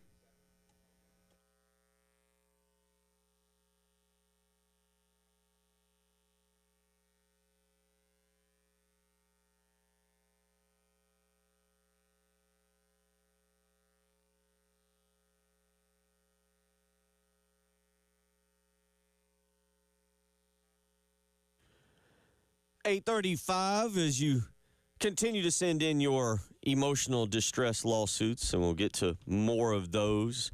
So we all have some really good ones. Muschamp popping up more and more. That's me. That's my division. I'm the specialist in the Will Muschamp lawsuit division. $100 million or less, we got it. And he got it. We can go get it from him. 803-404-6100. Let's get out to the phone lines. Chad wants to weigh in on Gamecock baseball this morning. Chad, how you doing? What's on your mind? Good morning, gentlemen. How you doing today? Thanks for taking my call. I'm a Tech fan, and my son went to South Carolina, so I got vested interest in both programs. And both programs have done almost the impossible as far as college baseball goes. They were once proud blue blood programs, and it's difficult to become a proud blue blood program. It takes work, it takes effort, it takes chemistry, the right coach, all 360 degrees of that. And they have both decided to quit putting resources, I think, or emphasis into that program and let it slide to a point to where it's almost a mediocre to average baseball program now. And that's sad. And there is no excuse for South Carolina to be in the position that program is in right now. There's no excuse for it. It's not really Maneri's fault, and it's not really the guy that followed, what's his name, the AD, the guy that left, the coach that won those championships for South Carolina. Mm-hmm. Yeah, Coach Tanner. It's not really his, well, it may be his fault because it fell apart after he left, and he was the AD in charge after he left. And that program just went steady downhill from that point forward. And it's getting to a point to where it's hard to recover from it because you're good and teams are catching you. And now you're not good and the teams that were catching you are better than you. So not only are you behind those teams, but you're behind the Blue Bloods that hadn't lost the Blue Blood status. So I don't know I don't know what the answer is for them because they're in a bad situation. And it's just bad all around the board. Appreciate the call, Chad. Thanks for taking my call, guys. Yeah, I mean, going down a slight path, I almost wonder if South Carolina is a little bit of a victim of its own success. You look at what Chad Holbrook did or was doing. He had 3 40-win seasons, 2 super regionals and a regional, but missed the NCAA tournament for the first time in like 15 or 16 years. In 2015, missed, and people got really upset. Then he missed again in 2017.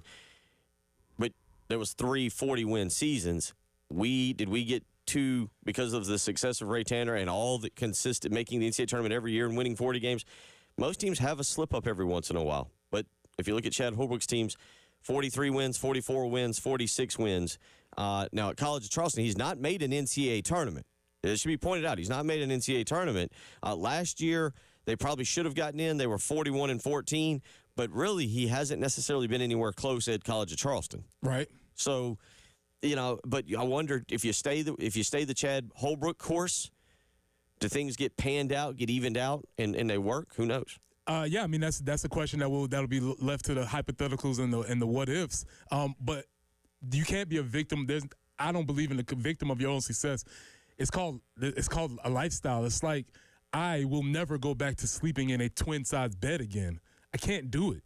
There's certain things that you start to acquire in life. You're like, oh, I'm not going back to that. I'm not going to, me personally, I'm not going to sleep in a motel anymore. Never going to happen again. And so when we talk about, because I've advanced past that, and so when we talk about fans' expectations, they ain't going back. It don't matter what it could have been or we've already tasted the sweetest success. We're not going back. We've had the finest. We've had the top shelf. We're not going back to plastic bottle stuff anymore. It doesn't work like that, and they shouldn't expect us to do that. And so I don't agree with the idea of like, oh, well, nah, man. There's a success. There's a level of expectation, and everybody should have to live up to that. Well, but it's also what we've talked about at times with what occurs after Dawn Staley leaves, where people are going to expect what she has done to be replicated, and it's not really that simple. Look at Tennessee and look at what's happened after Pat Summitt left. Same thing, you can kind of go around and look at different programs, different teams, but that's kind of my point. What Ray Tanner did, it was not necessarily unprecedented, but it's a lot more difficult than we make it out to be. Chad Holbrook goes 3 times in 5 years, 3 40-win seasons, and people are like, no, not good enough. Not good enough. And that's fine if you're going to have that expectation, but then that gives you an example of why, and I'm not saying Dawn Staley, but kudos to Alabama for going and getting Kalen DeBoer. That's why sometimes you get those coaches like, nah, I'm not going to throw my hat in the ring right after that previous guy. Yeah, and like I said, for all of those coaches, if you don't want to take a great job, you're a coward, and you should just stay where you are. But if you want to step up to the challenge and take on a program with expectations, then there's going to be some things that they expect from you. By the way, 2015, woof, what a year for South Carolina sports. I didn't realize that they didn't make I didn't realize how bad they were in baseball, but man, football. Woo, 2015, not good. Rough. I want to sue the year of 2015. I think basketball that year, if I remember correctly, was not bad. Obviously, was not. Did it make the tournament? No, obviously not. No, that was. Well, I don't think it finished well. Somebody correct me if I'm wrong. I believe, unfortunately, that was the BB gun year. If I'm thinking correctly, 2015, I think that would. Yeah. I would. Well, it depends on how you look at it because baseball would have been bad in the spring. Football was obviously atrocious in the fall. And that would have circled back. So your 2 main seasonal sports, because basketball looping back from the end to the beginning. Yeah, if you were invested in baseball and football, I would like to sue the year 2015 as the lead lawyer, prosecutor in the PB&J law firm. Texas Boys in Tennessee should sue South Carolina for about $100 trillion for 63-38 because they're still crying about it on Twitter. I've seen this pop back up on the message boards. Yeah, they probably would want to sue us for that. 803-404, again, 6100. Let me find one more good one here. Tex Royson, being a Detroit Lions fan, 55 years and watched Barry Sanders and Calvin Johnson retire early due to front office incompetence. They are trying to make good on that with the new regime, and so they are trying to that. But yeah, you're entitled to some back wages for your years of loyalty to that inept franchise. Shout out to my guy Langston Moore, 0-16. In 2015, as somebody also points out, yes, that was the year of the flood, too. Yeah, bad year. 803-404-6100 is how you can weigh in. You're listening to the early game.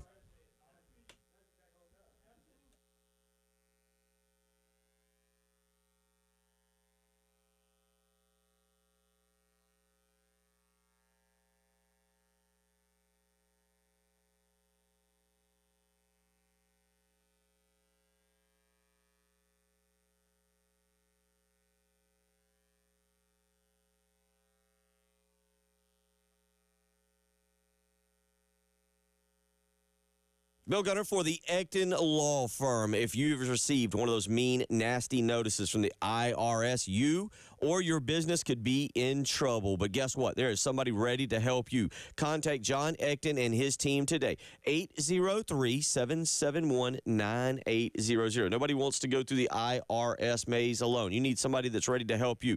And the Ecton Law Firm has a local team dedicated to resolving your income or business tax issues for good. And they understand the challenges you are facing, and they're ready to offer you the peace of mind you deserve. So just give them a phone call. 803-771-9800. Again, that's 803-771-9800. You can visit them on the web as well. That's EctonLawFirm.com. ECTON lawfirm.com. How you can reach out to them or give them a phone call. 803-771-9800. Tell them Bill Gunner sent you.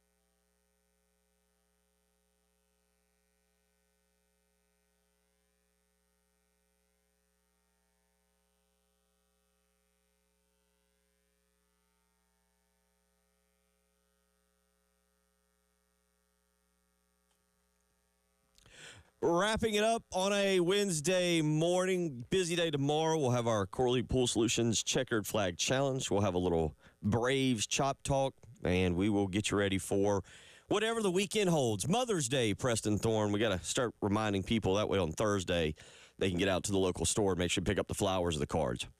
Together, big graduation weekend coming up. So, yeah, a lot of stuff. Maycember is in full effect. Here we go. Calendar is slammed.